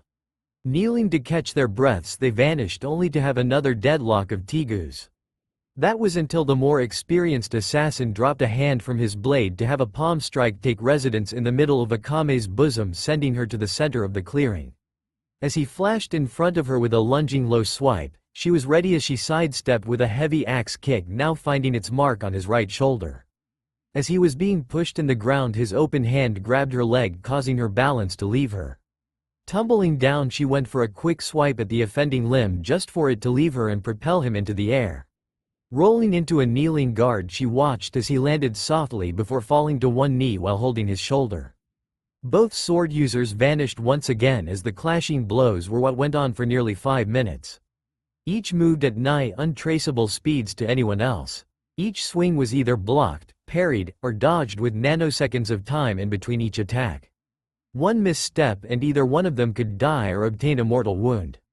It was as if they danced a perfect duet. Any onlooker would have thought it a moving work of art. Blocking, they pushed off and jumped back from each other panting. Smiles could be seen on both as they panted over the past couple minutes of movement. Both were bruised and beaten from the physical contact. One last strike, how about it? He was starting to feel his stamina drop below comfortable levels. He could tell she was at her limit even though he could go on for a while longer. Still, it was just a spar, so no need to go all out on his end. Though he would readily admit that she was by far one of the toughest and most skilled opponents he had had in a while. Seeing her nod, he fell into his stance as she did the same.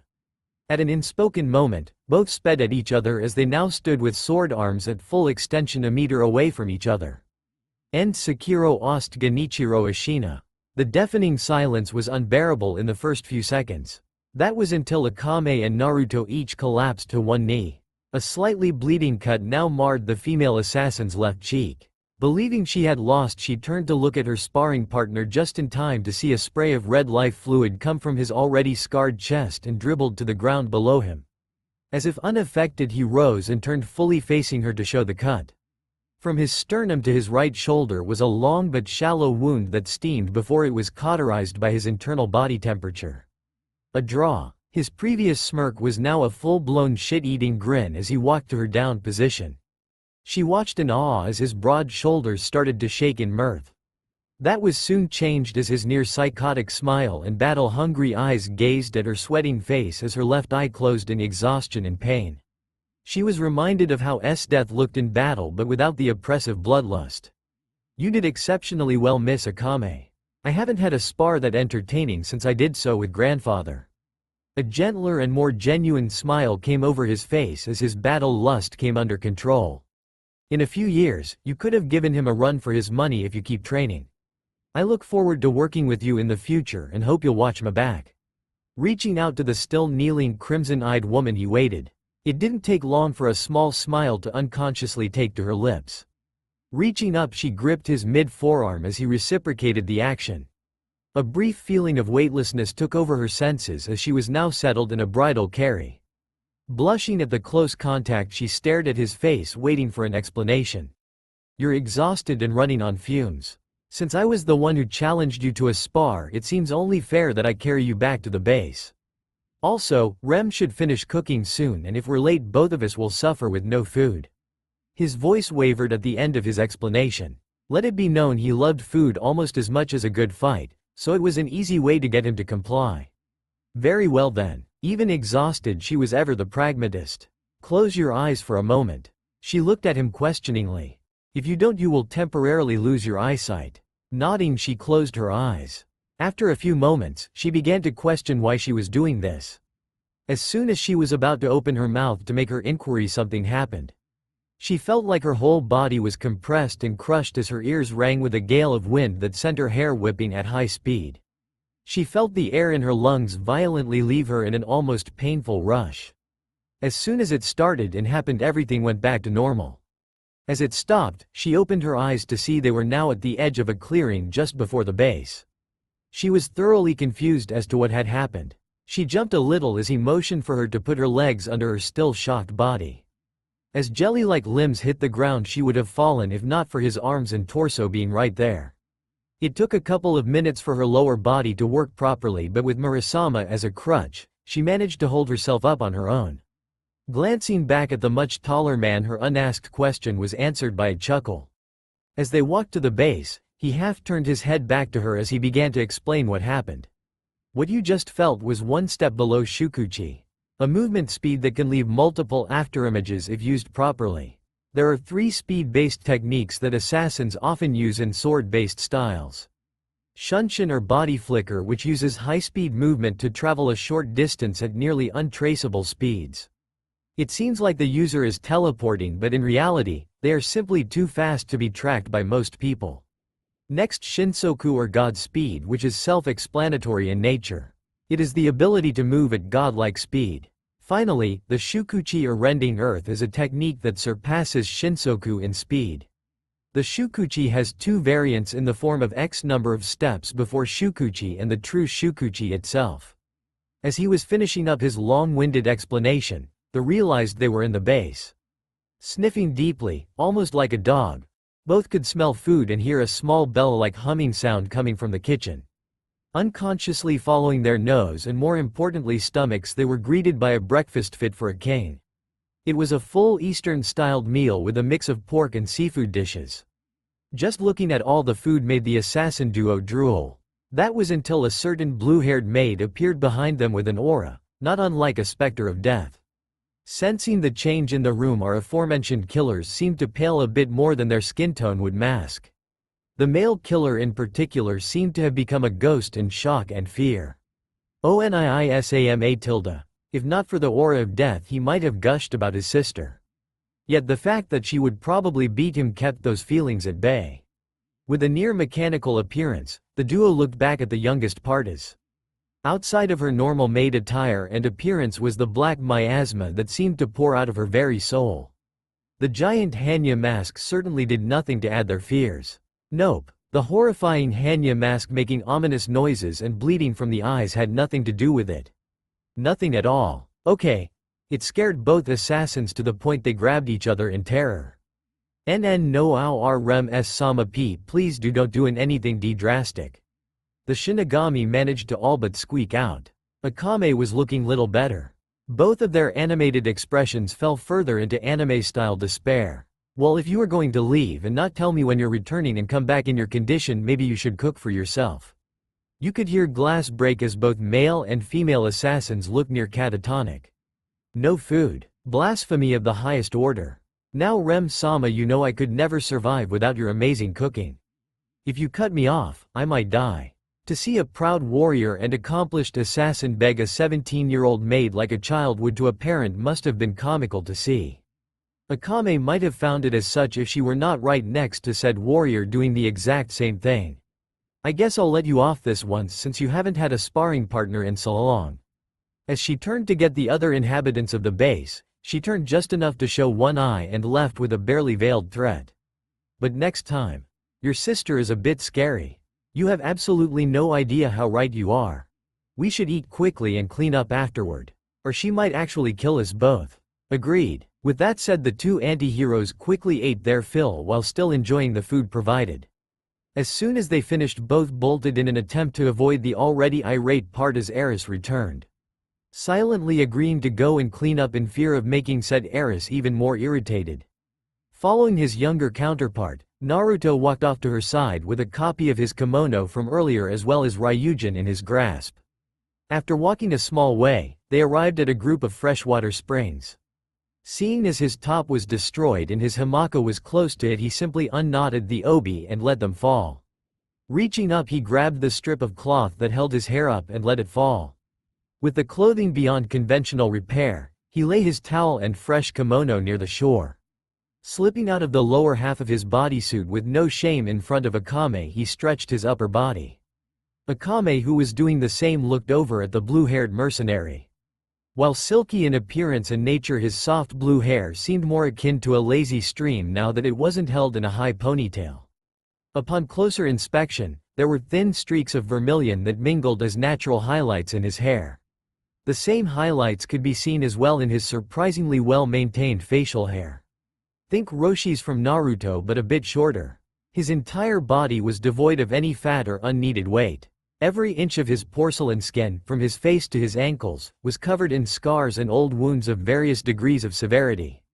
Idly, she noted that his body had no hair on it and his equipment was easily the biggest she had ever seen. Naruto, on the other hand, drank in the nude form of Akame. He would readily admit that her lithely muscled, nearing hourglass figure coupled with her modest bust, she was a stunning woman. Add in the long midnight tresses and crimson, almost ruby-like eyes, and he would say she was a knockout without a doubt. Plus, the light scar marks on her body, while far and few, were incredibly wide in his opinion. It showed that she fought, trained, and learned from every battle she had. It was a big plus for any woman in his books. Interestingly, she did have a small patch of black hair above her crotch. It was either well trimmed or naturally like that, he guessed latter. Seeing as neither of them had any shame, Akame from her hellish training and Naruto because it was beaten out of him at a young age, they had no issue looking at each other's birthday suits. They were both young enough that they would admit the other was attractive, but that was about as far as it went. To them, it was simply aesthetic. Slowly making his way to the deepest portion of the spring, he noted that it only came up to his chest and was lukewarm at best. Shrugging, he looked at Ryujin and concentrated on the connection they established. Being in proximity to the Tegu allowed very basic abilities such as heat and minor fire manipulation. Seeing as it was similar to soda, he based it off the same concept by gathering and releasing heat. To do this, he used a mix of a masterful control of his body and the spirit of the danger beast in his Tegu. A small known fact to Tegu users was that the Tegu had a spirit. Whether it was active like with Ryujin, Soda, and Incurcio, or it was dormant such as Crosstails, Pumpkin, and Lionel, was case by case. The only real exception to that fact was non-combat or living Tegus. As he continued the exercise in control, as he saw it, the water started to bubble and heat up exponentially. As it heated, he looked at Akame, who until now was waiting for him to finish heating the water. Nodding, she made her way to where a flat outcrop was before sitting down on it. The water was near her chin, but that was to be expected given how tall he was in comparison. Turn around, she looked back at him. In response to the mute question, he elaborated, "I'll wash your back and hair if you wash mine." Ah, that was easy enough. She had started to warm up to him over the morning spent together. Many times, he could have easily killed her and covered it up the same with the rest of Night Raid, yet he never made such intent known. While skeptical at first, she came to understand he simply had no intention of harming anyone, unless they attacked his little sister. Then all bets were off. Plus, he was sincere in his mannerisms and actions. He had this air of honesty and genuine care for others, even if it was hard to pick up. She got up unbidden by her lack of covering and waded to the shallower end of the water to give him the access he needed. Turning around in the now waist-deep water, she heard him grab a washcloth and soap. Given his taller nature, he had an easy time washing her ebon tresses. Lathering her hair with firm but gentle hands, she hummed in contentment. He was quite good, given he learned from Rem. Making sure to be careful, he softly ran the soapy washcloth around her back while keeping his hands away from her private areas. As he finished rinsing her back and hair, he tapped her shoulder. Nodding in compliance, she swapped places as he sat down. Doing the same as he had for her, she lathered his long blue hair while marveling at how smooth and silky it felt. After finishing his hair, she began on his back. Again, she noticed his skin was smooth, which you wouldn't expect given the extensive scar tissue his body held. Kneading and scrubbing his back was always an odd affair for her as his muscles seemed tense. Offhandedly taking note of the comfortable and addicting heat his body gave off, she started to rub his shoulders. The groan of bliss that resounded from his throat gave a sense of satisfaction to the smaller woman. She gave a small grin as she continued to rub and squeeze the knotted shoulders of the man. Finishing what she set out to do and the added massage, she rinsed his hair and back of the suds that once covered the area. Understanding that she was finished, he allowed a small but no less genuine smile of gratitude grace his features. Blushing lightly at the smile, she made her way to the other end of the spring where it was shallow enough to sit but cover her shoulders. Naruto simply sat back where he was inside in the pleasure of his back not hurting as much. After a few minutes of soaking, he broke the comfortable silence.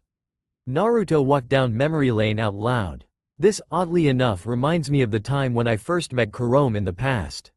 He could sense her surprise even without looking. Making his way over to where Akame now sat, he did the same right next to her while toning down his exercise, so he didn't scald the younger woman. I was asked by the Empire to oversee the next generation of assassins back when I was still new to the mantle of Shinigami. This was probably about a month after you deserted, and she had gone nearly catatonic.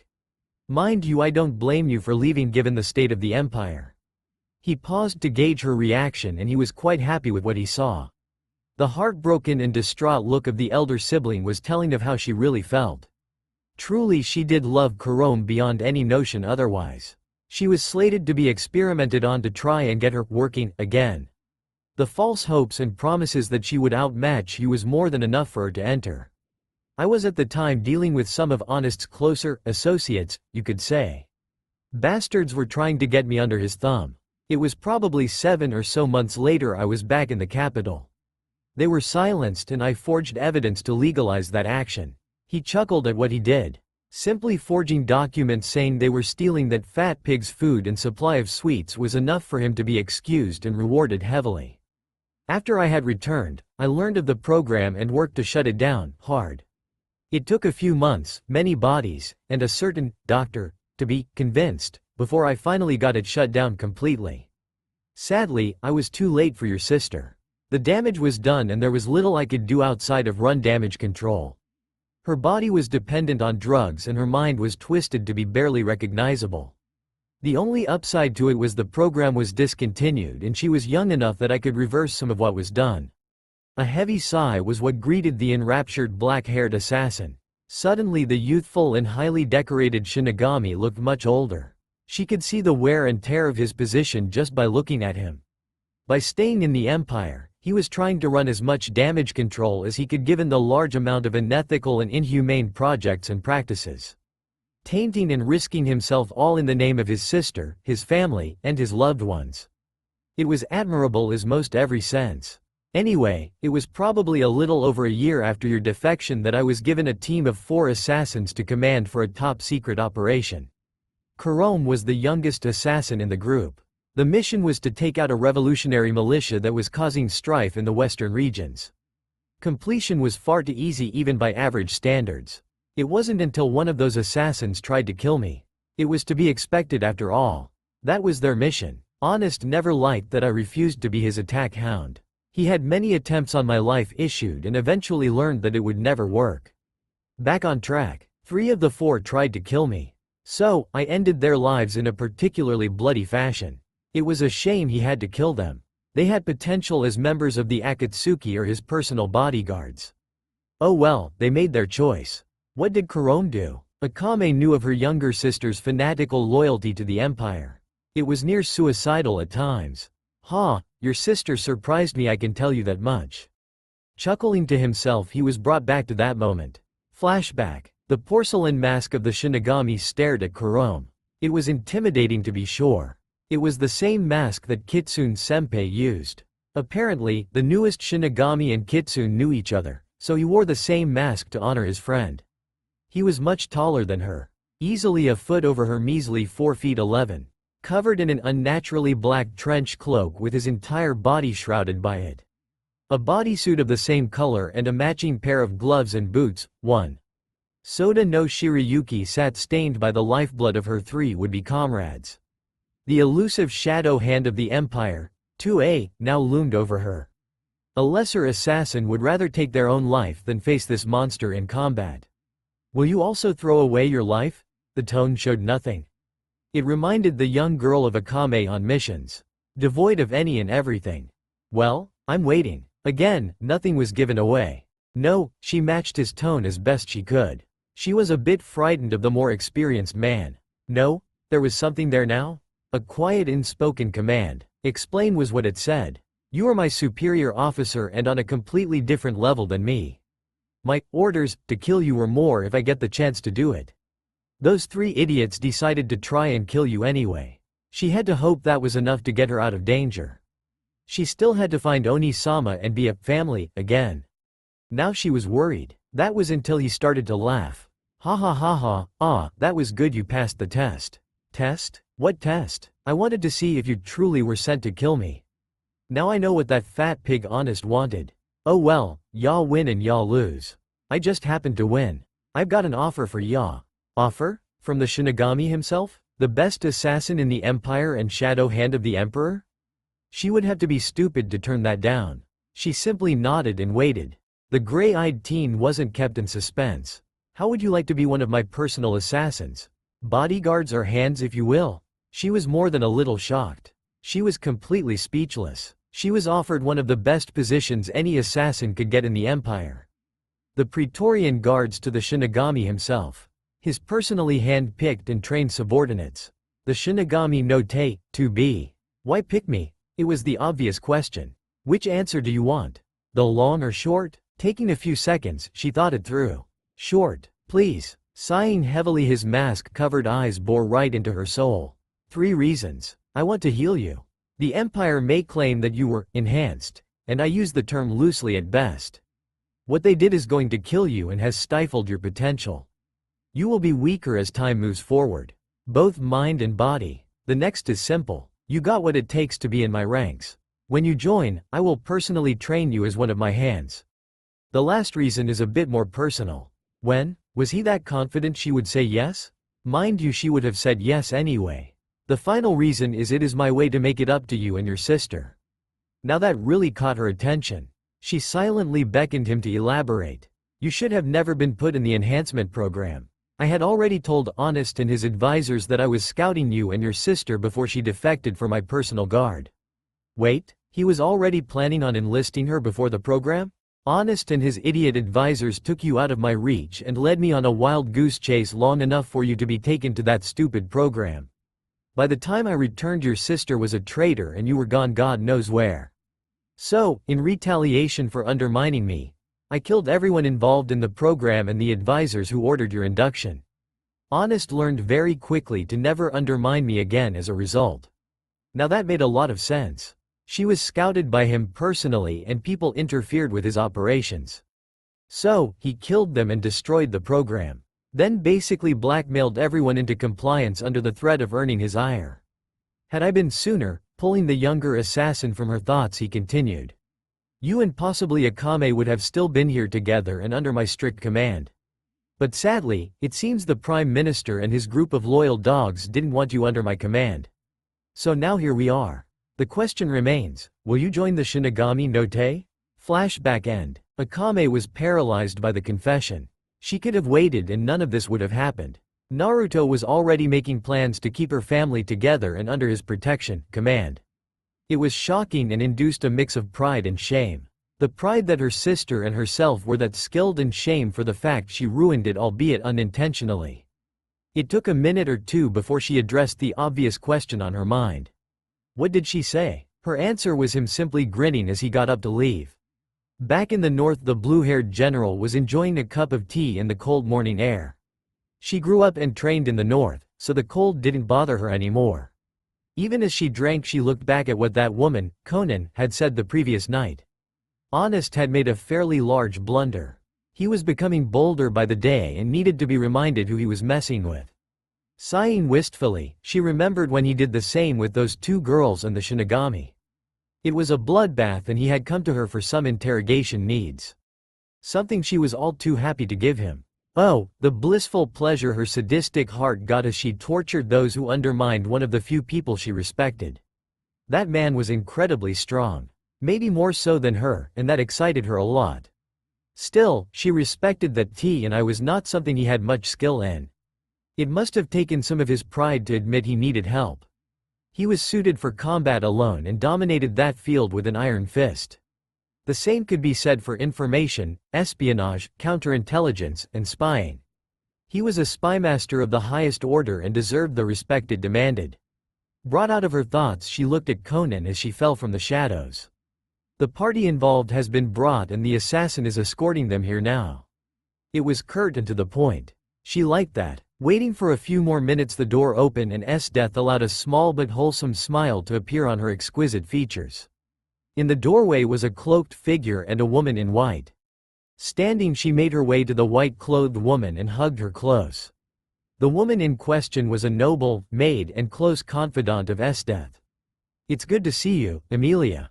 How have you been?" Emilia was a beautiful young woman of decent height with long silver hair nearing her lower back and deep purple-blue eyes. She wore a white and purple dress, made hybrid outfit along with a white flower in her hair. "I've been fine, Death." Honest was being quite rude and accusing me of so many horrible things. She didn't even sound angry, just disappointed and hurt that people thought so little of her. Given her lineage, it was not too far-fetched. Still, it made the general's blood boil, and her Tigu scream for his blood. Taking a deep breath, she turned back and smiled at the white-haired woman. Emilia was simply a kindred soul who lived and breathed wholesome happiness. She rarely got angered, and even rarer still was the idea of lashing out. The Bluenet general had been on the end of one of those seldom episodes, and she didn't wish for it to happen again. Blushing privately, the noble maid continued. Honest and his cabinet probably would have arrested me, the ice to begin to form around the two women. But Shinigami-sama advocated heavily, calling me all sorts of embarrassing things. The blush on her cheeks seemed to intensify many times over. "Oh, and what kind of embarrassing things did he call you?" To see the poor woman this flustered was a treat, and Death was going to milk it for all it's worth. "He called me a shining example of nobility, and a woman who deserves more than a simple maid's position. He even called me the perfect noble." Making a pouting face with her cheeks still red, she muttered something that Death managed to catch. "He even went as far as tell off every noble there and say they should learn from my example." The party's survivor was caught between laughing and agreeing with the shadow hand in his assessment of her white-haired friend. He was completely right in how he described Emilia. Maybe even more so given the company it was set in. Still, she would have to thank him for what he did. Emilia was a confidant and, dare she say, close friend. Hell would rise if she were harmed. She would have to send him her regards and potentially reward him for his service, albeit unintentionally on his end. Remembering who else was in the room, she turned to the cloaked figure, who in return opened the cloak and removed the hood. The figure was revealed to be a young woman just a bit shorter than Emilia. She had short black hair in a twin-tail style with storm cloud gray eyes. She wore a black sailor uniform with a red belt holding a katana. Her skirt had a red side portion overlapping the black. Her shirt is slightly too short as it didn't cover her belly button. She wore red-plated gauntlets and greaves. Her legs along with the greaves were covered with long black socks and black shoes. Again, a red-colored ring was shown on someone. This time on the right pointer finger with a kanji for 4.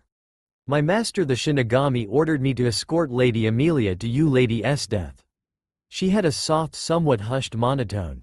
"Would you give your name? I'd like to add it when I personally thank your master for what he has done." While it seemed pleasant, it was really an order. After a minute of debate, she sighed silently. The truth would come out eventually anyway.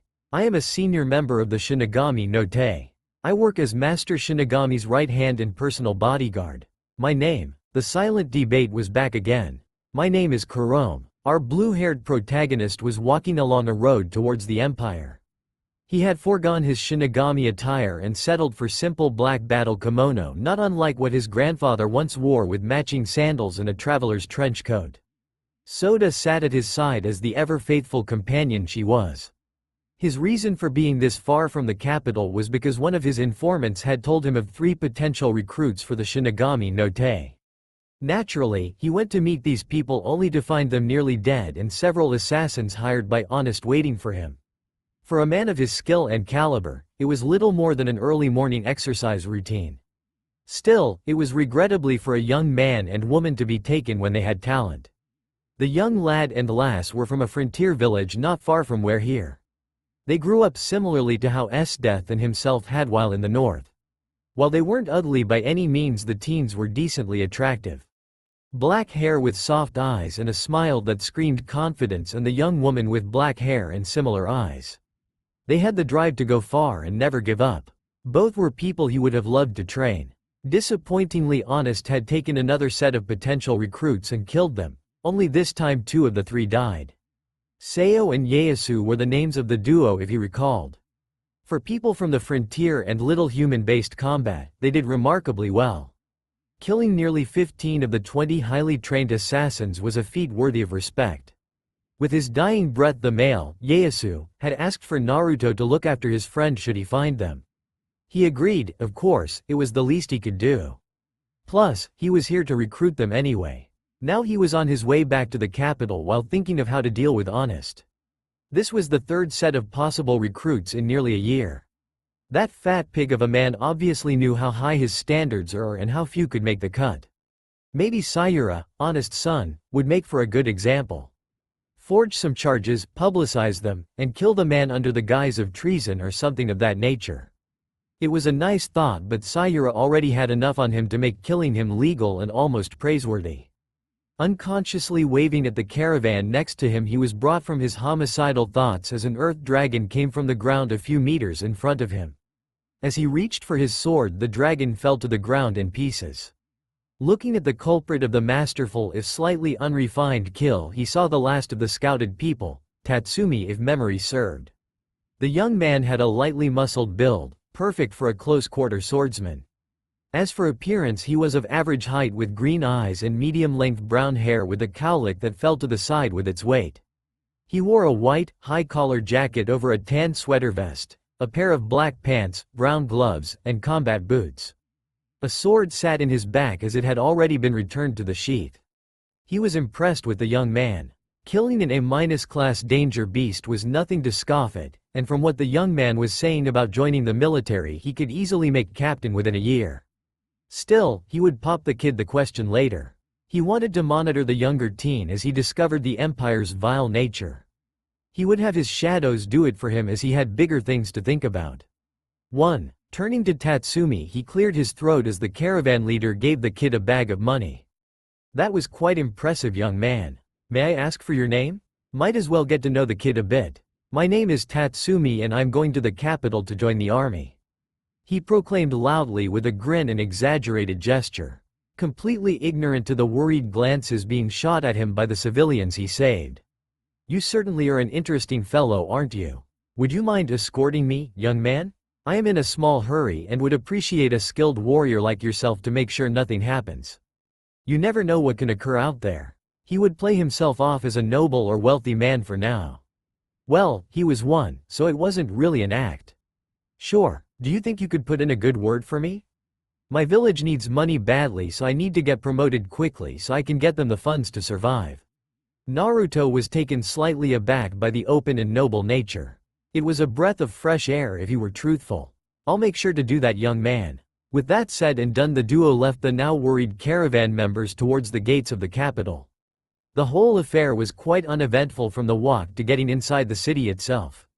Biting young Tatsumi well and reassuring him of a good word from a noble, he made his way to the palace. He now had time to think of how to get back at the fat bastard for killing his would-be recruits. A small but no less sadistic smile crept onto his handsome features as he thought of the perfect punishment for how he would kill Sayura. His thoughts now turned to killing the man.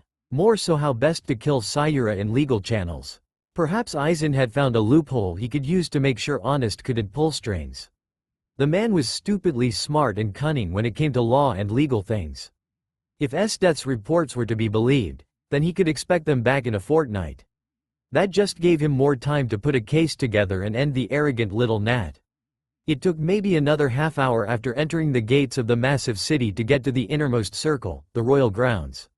He would need to talk with some of the less corrupt members of the royal faculty before he did anything. Even the shadow hand of the Empire and Shinigami had to have a reason for his actions. Arriving at the palace, he had to hold back a sneer that threatened to come out. All the gaudy and over-the-top decor further ruined his mood and reinforced his opinion on his cleansing. He did enjoy the garden though. He always loved Mother Nature and held a deep respect and connection with her. Looking up as his eyes ceased to be glazed and thought he saw the doors to the throne room. His nose recoiled in disgust as he nearly lost his lunch. He could smell that fat pig from here. The stench of greasy food, sweet, and corruption so vile in combination he wished to cut his nose off. Still, he had to preserve her and deal with the pile of flesh. "Ah, Shinigami, how was your hunt for those recruits? Did they agree to join you?" Oh, he could feel the smug bastard patronizing him. He knew damn well what happened. "Sadly, I made it a bit too late. Some bandits got to the young lad and lass before I could. Still, the two slaughtered most of them by the time I made my debut on the scene. Quite impressive if I am to be truthful honest." The venom used on his name nearly made the Prime Minister flinch. He may have overstepped. No matter, he was safe from repercussions. "That is terribly sad to hear. The two would have made excellent members of your guard, I assume." "I was under the impression there were 3 though. What happened to the other one?"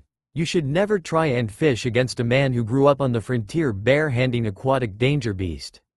He ended up fighting an S-class danger beast not far from where his friends died. They killed each other from the grievous wounds of their battle. He could have easily become a senior member in 5 years' time if he worked hard. The 3 of them combined could have easily made up my new elite internal strike team. I give you my condolences and wish you luck with your next set of potential recruits." Naruto threw up a bit in his mouth at that. "I thank you for your kind wishes, honest." As he turned to leave, he concluded a gamble was in order. "Emperor Makoto, it has come to my attention that the son of our benevolent Prime Minister has been up to some troubling actions. My spies and informants tell me he has broken many of the laws that you personally set forth. While I do not have a full list of what I have so far is quite extensive in nature. Almost 100 different counts of illegal acts. It was a total bluff but a believable one if the reaction he got was any indication." The statement had caused Honest to freeze up, who in turn now suspected he pushed his boundaries too far with the shadow hand. "That is horrible. Do you think that Prime Minister Honest knew of this?" The poor innocent mind of an 11-year-old emperor. He never stood a chance against the fat pig and his machinations. Still, this would be a perfect time to show said fat pig why not to mess with the Shinigami. "I believe that our esteemed minister knew of something but choose to believe that it was lies and slander against his child. Such is the will of a competent and loving parent." Honest was now very worried. He now knew for a fact his actions had come back to haunt him. There were very few ways to skirt his way out of this. "Oh, that makes sense. Still, if he has committed crimes he must be punished. Is that not correct, Minister Honest?" Revenge tasted incredibly good right now. Watching that thing posing as a human as it was squirming, Naruto found it both amusing and fitting if equally disgusting. "Why yes, of course, Emperor Makoto. You truly are a bright young boy." Turning to the Shinigami, he lost his faked enthusiasm. He would need to find a loophole to save his ass and maybe his sons. "Make sure you find as much as you can. We will need a strong case. Perhaps I might be of some assistance?" It was a long shot given Naruto's history as the Shadow Hand, but it should be tried anyway. "Your willingness to help is admirable. Though I fear your position as his father would hinder the investigation. Your bias could make you blind to some aspects. Would you not agree, Emperor Makoto?" "Squirm and writhe in discomfort, you waste of breath, keep flailing about in fear," were his sadistic thoughts. "You make a good point. The minister is a loving and gentleman. He would be compelled to help his son. Isn't that right, Prime Minister?" Smart child. Naive and clueless but still smart. "Yes, of course. I admit that while unlikely I may still show unintentional bias in his favor. Please make sure to bring us your findings, Shinigami. We should check the validity of these claims before anything is done." Smiling behind the mask, his fox-like grin split his face in two. He loved watching the fat man try and keep his composure. While watching his body jiggle was nauseating and horrifying, he took pleasure in the emotional and mental pressure he imposed on that thing. "By your leave, Emperor Makoto. I shall start the investigation at once." After giving a short bow, he left the room with nary a sound. He had much work to do and little time to do it. Walking through the halls of the palace was equal to navigating a maze with no map. Only people who worked there or spent years in this vile building knew how to move about. Lavish pictures of emperors and ministers past and present, towering spires of expensive metals woven into the architecture, and so many other needlessly extravagant things served as a reminder of his own humble beginning. His grandfather never spoiled him or went easy on him. If he fucked up, then he was given an equal if not harsher punishment. Yamamoto was far from a perfect parent, but he was better than most. His training and methods of teaching could be considered borderline sadistic in nature if not homicidal at times. The joys of growing up on the northern frontier. Still, he had arrogance beaten and tortured out of him the second it reared its sin-filled head. Discreetly scanning the surrounding area with no sign of people, he moved for a partition on the corridor's corner. Gently he moved a pillar slightly and watched as a passageway opened. Swiftly he all but glided in as it silently closed behind him. Lanterns lit the walls as he made his way down winding halls until coming to a door with a symbol on it. 2A. Opening the door, he was welcomed to a large yet simple grand hall. Banners bearing the same markings as the door hung from the decently high ceiling. This was the headquarters of his personal guard. It was constructed and situated about 50 meters under the palace itself. 2B. Making his way deeper into the hidden structure, he entered a room. The room was of medium size with bookshelves surrounding 2 of the 4 walls. The other wall had a pair of semi-fancy couches with single lounging chairs on the short ends of the coffee table situated next to a small table perfect for refreshments with traditional tea mugs and sake saucers already stacked and displayed neatly. Each bookshelf in the room was filled to the brim with scrolls, books, maps, and letters of varying size and age. In the corner of the room next to the shelves was a desk with a simple but comfortable leather chair seated behind the wooden furniture. A pair of similar chairs sat opposite to the one behind the desk. Looking at the room and the corners of it, he made his way to the desk. Signing in exhaustion, he fell onto the furnishing behind the desk. Resting his head in calloused hands, he let out an exhausted noise of frustration. Dealing with the fat man was tiring even when he was being tormented. Looking at the desk, he saw no new reports from his agents. The only article on the wooden structure was a letter from Aizen. His latest and last report had told him death is close to finishing her campaign in the north. Apparently, she was on the hunt for a lover now. While utterly out of the left field, he found himself growing angry at the thought. Whether it be from his old crush on her or his overprotective nature as the eldest cousin, he couldn't identify which. Still, he would keep an eye on her and out for her well-being as he had been. It also told him that Kurome should be arriving within a few hours if not sooner. As the old saying goes, "Speak of the devil and they shall appear," said as the young woman walked out of the shadows. Smiling behind his grinning kitsune-faced mask, he turned to greet her. "Kurome, it's good to see you back. How was your assignment?" It was not a question, it was an order. It was successful, master. Lady Amelia is now the personal attendant of Lady Death, and Lady Death, while distracted by something, is safe and should return soon. Conan has been acting as Lady Amelia's shadow and has reported only 2 attempts of assassination. Neither were a success and only Lady Death knows of them. As for Aizen, he is safe and has yet to be compromised. He also reports that you should have enough on the minister's son to bring him in and execute him with little interference. That is all, master. Always the formal one when reporting this one. She was a model of what his assassins and shadows should be. Snapping his fingers, the shadows in the corners of the room flickered ever so briefly before disappearing altogether. Pushing himself out from his desk and moving to a couch, he sat down gently while looking right at Kurome. She stared back stoically before she broke into a soft frown. Moving to sit next to him, he wrapped her into a comforting hug. It took a minute before soft, almost mute sobs came from the young woman. Slowly shifting her to his lap, he let the young teen bury herself into his unarmored torso. Humming gently, he rubbed her back reassuringly as she clutched him like a lifeline. He wasn't joking when he told Akame those few months ago that her sister was still able to be saved. He had been working on it since he took her under his wing. Her body was mostly recovered from all the drugs and experiments, and for the most part, she was in perfect physical health after his training program and rehabilitation therapy. Still, there was only so much he could do as her mind and soul still suffered. He was under the impression that the only thing holding her back from full emotional recovery was Akame. He personally thought all that was needed was for the two to reconnect. While easier said than done, he was making progress. Kurome no longer wished to kill and reanimate Akame, and Akame no longer wished to kill Kurome. Still, there was plenty of unsettled resentment there, and he had come to care for them both. If he was correct, Kurome had developed something along the lines of love, infatuation with him. Akame seemed to have something of a crush if his guess was right as well. Hell, he even knew that Rem was in love with him. While he would never make the first move, he could see himself settling down with any of the women he was close with and having a family together with any of them. It was a shame it likely wouldn't happen. The thought of family made him chuckle lightly. Enough that the now sleeping black-haired woman shifted. Smiling sadly at the depressed and emotionally damaged teen, he sighed in melancholy. He had seen many women and men in the same position while serving the Empire. Even going as far as to put some of them out of their personal hells at times. Letting them suffer in that kind of mindset and torment was no less evil than the act itself in his eyes. Thus, he put them out of their misery. He was under no illusions that he was a hero or a good person. He only hoped to be a lesser evil in the world and let the next generation be the ones to finish and establish what he and so many others set out to start.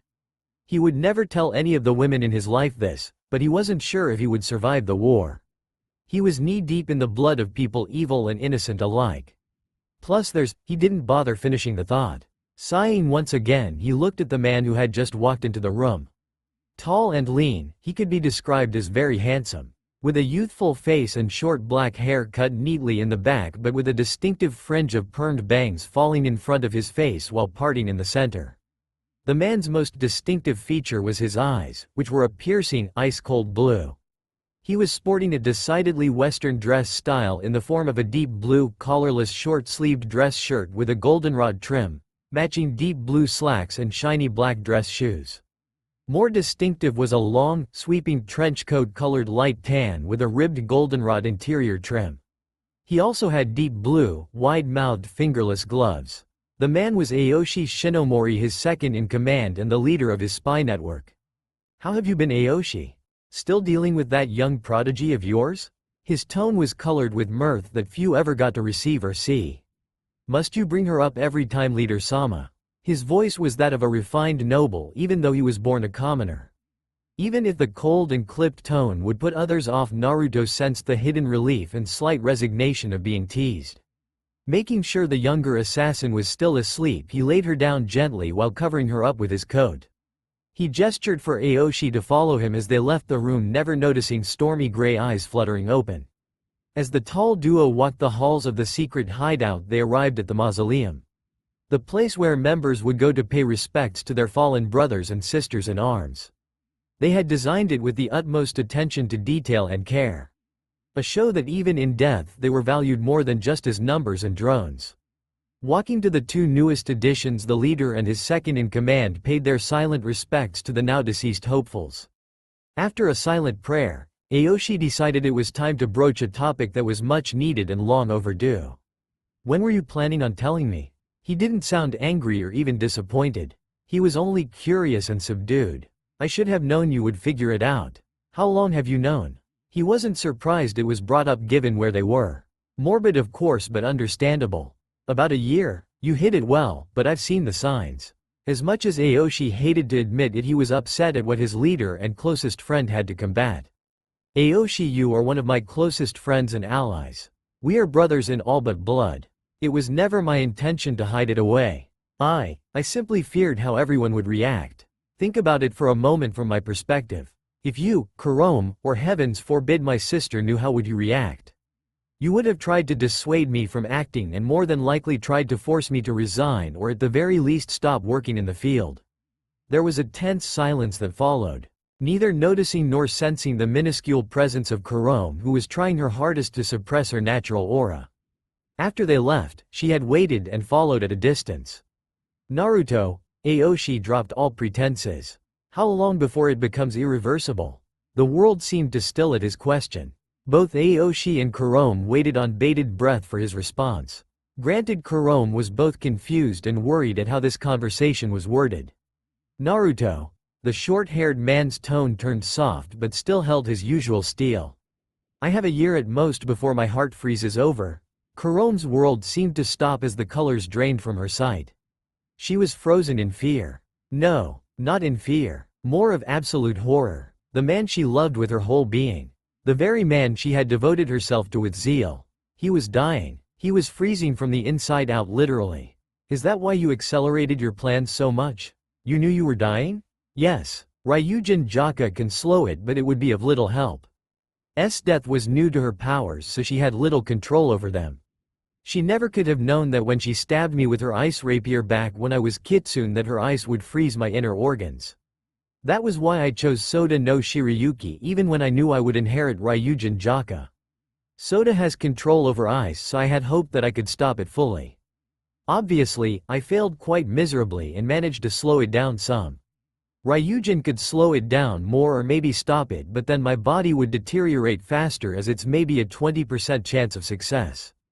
The other possibility is I would burn myself from the inside out and liquefy my organs. My only chance is death stopping it. As the oldest partas trailed off, both men fell into a somewhat uncomfortable silence at that revelation. They knew death would likely never do it as it would require airing a lot of dirty laundry. Plus, he would have to expose himself as both Kitsune and Naruto partas. Something he feared to tell her after all these years of her thinking he died. Kurome was now nearly catatonic.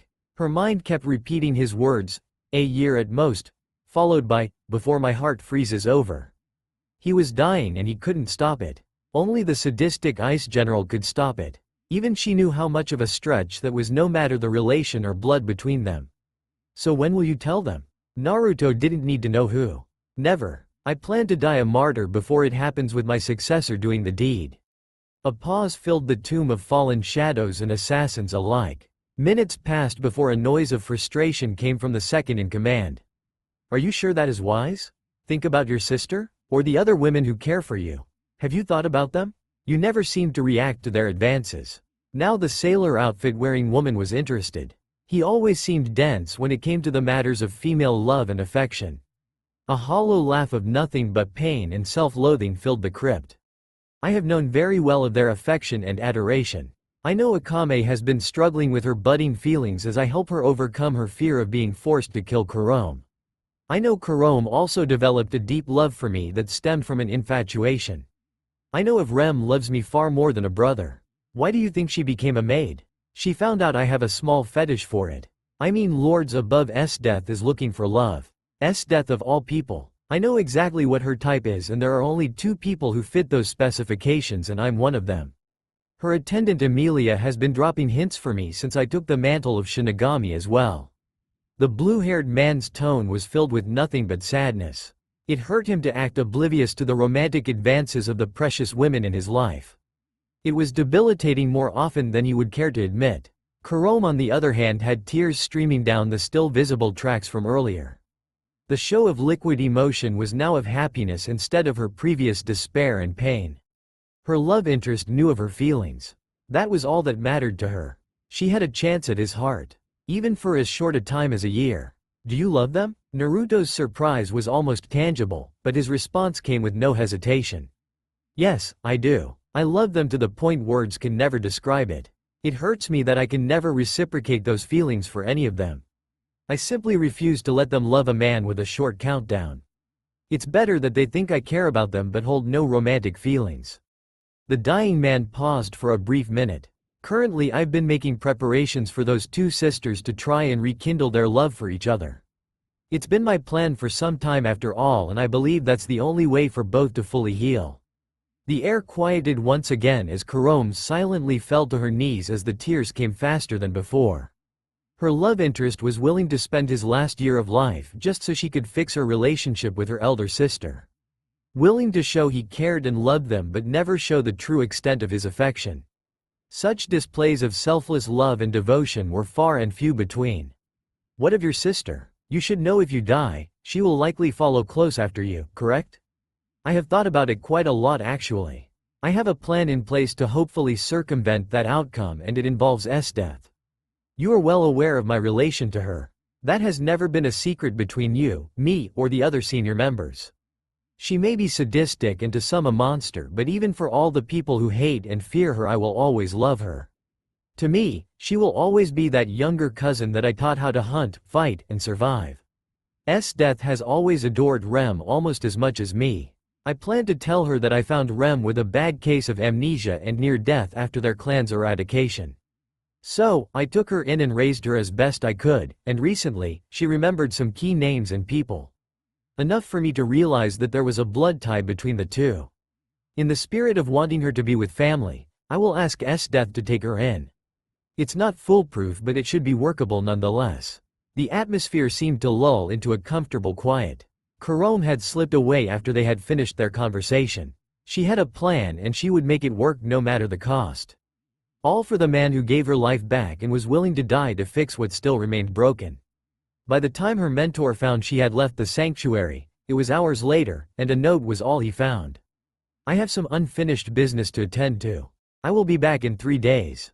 Karome. The north was conquered, and its denizens either subjugated or dead. In any other circumstance, Death would be over the moon with her ruthless heart soaring in borderline euphoric pleasure at the death and destruction. Yet she felt nothing of the sort. Instead, she only felt hollow and for the life of her couldn't figure out why. The strong live and the weak die. That was her creed and had been since she could remember. Her older cousin had managed to alter it if slightly to, the strong live and the weak die, but family sticks together. She could empathize with his sentiment to a small extent. He was strong in both body and spirit, but Rem only had a strong spirit with a weak body. True, the youngest Partas was able to fight, but only for a short time though. Prolonged combat ran a risk of her crippling herself or worse dying. 15 minutes of combat was all she could manage before it started to harm her. Free, thinking back to an easier time when the three of them would hunt out in the open snowdrifts. Waiting and lurking in the shadows until killing their prey. Those were the memories she cherished most of all. Even now, she could still feel her icy heart skip a beat when Naruto would smile at her with pride. Incest was not uncommon amongst the Partas clan, as few outsiders even joined. Honestly, if their clan had never been wiped out, she would have married him and started a family at some point. Even with his strength eclipsing hers, he never stopped caring for her and Rem. He took the full assault of 3 B-class danger beasts at the age of 6 and killed them after trying to harm her. Bloody, beaten, and torn to ribbons, he never once backed down. Instead, he returned the favor, all the while smiling before fretting over her while he was just short of being mortally wounded. A knock on the door kicked her train of thought into the snow. Turning, she bid them the soft command to enter. The one to enter her temporary domain was the one person she desired to see right now. The white-haired woman always seemed to have perfect timing in these types of situations. At times the ice-themed woman thought she possessed the Tegu spectator given her cognitive, seemingly clairvoyant abilities at times. Setting freshly brewed tea on the table to her right, Emilia started to prepare the drinks for consumption. Even in the mute room, there was no discomfort. She placed the cup before the icy woman before sitting within the peripherals of the blue-haired woman. "You seem to be troubled, Death. May I ask what is on your mind?" The maid's soft voice was a breath of fresh air for her erratic thoughts. Sipping the divine brew, Death let herself relax if just slightly. The assassin sent from the Shinigami, Conan, had slipped into the shadows of the room almost unnoticed. She had never once left Emilia or herself unattended or unguarded. The dull blue-eyed woman was like a hound, always ready to protect her master within an instant. It was a quality she admired and respected. "You always seem to know when something is on my mind, don't you?" She chuckled softly under her breath. "I have been with you and taking care of you for 5 years. I dare say I know you better than yourself at times. So, would you like to talk about it?" A minute pause settled in the room before the female Partas spoke. "I find myself feeling off." Yes, off is the word. I would usually be overjoyed at the completion of a campaign. Yet I feel hollow, was the term supplied. Yes, hollow. I feel no joy in what I have accomplished. Just empty. What do you think is the cause? Could it be you're thinking of how your cousins and family would feel if they were here now? Yes, that could be it. I loved my cousins far more than any other member of my clan. Would you like to talk about them? You seldom mention your family. Shinigami-sama once told me about how when he lost his clan, he felt lost and hopeless. He said after he opened up about it, He felt much better even if he hopes to find his younger cousin still. Emilia could see the effects her words had on the slightly older woman. Her well-refined features never moved, but her eyes showed the war of emotions taking place. Perhaps it is time to at the very least talk about them. It was mumbled and barely audible, but the white-themed maid heard it nonetheless. I will always be here for you, Death. You are the first person I could call a friend.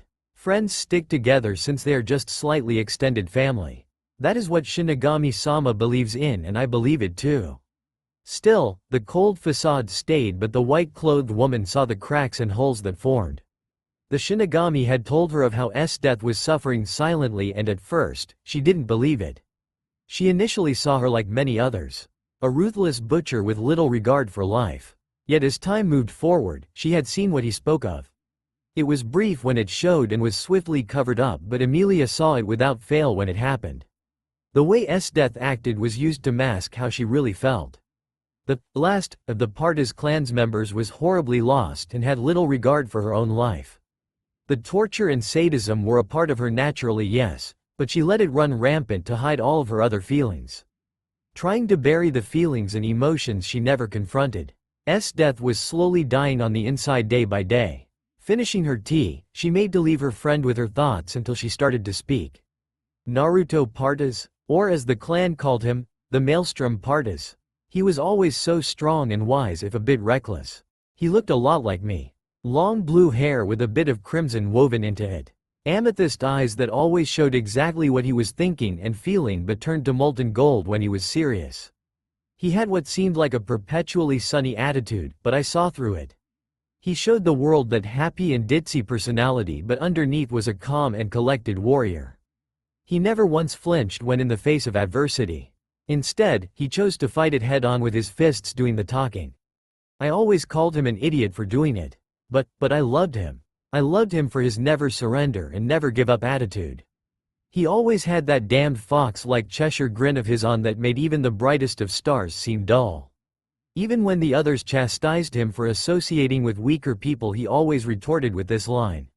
Those who abandon the family are scum, but those who abandon a weaker family member are worse than scum. I'd rather be scum than leave those who can't fight behind. Moisture started to make itself present in her eyes as her face refused to change from stony indifference. Emilia would have thought it her imagination if not for the smallest of twitches on her lips. He would always dote on me and his sister. Rem Partas. You remind me of her so much that at times it's scary. She had both of us wrapped around her little infant fingers. You should have seen Naruto the day she was born. He looked like he was king of the world. She was born the day her mother died, which caused her body to become weak and susceptible to illness. Her mother and my aunt, Kushina Partas, lost her husband right after she got pregnant with Rem. Her whole pregnancy was tough and filled with sickness. Her body couldn't handle the strain of birth, so she died soon after. Naruto from that moment forward declared that he would never leave me alone, and Rem would have the same promise. He helped raise me since my father wasn't around much, as well as raise Rem. A 7-year-old frontier boy, all but raising his 5-year-old cousin and newborn little sister. He was like a superhero in my eyes. A soft hiccup escaped before she could stop it. With a soft smile, Emilia shifted so she sat next to the emotional woman before wrapping said woman in a sisterly hug. And like a dam over capacity, Death found the tears break the floodgates and spill down her pale skin. She hadn't cried since the incident with the danger beasts back when she was 4. Now 18 years of repressed and bottled up emotion spilled forth in a tsunami of uncontrollable shudders and choked sobs. Tears for her wise and caring uncle. Tears for her adorable baby cousin. Tears for her family and clan. Tears for her loving and confident older cousin. The only male in her life to ever make her feel loved. The first and only man she ever loved and now missed for all of these years. That's all for now. If you enjoy, then please like, share and do comments.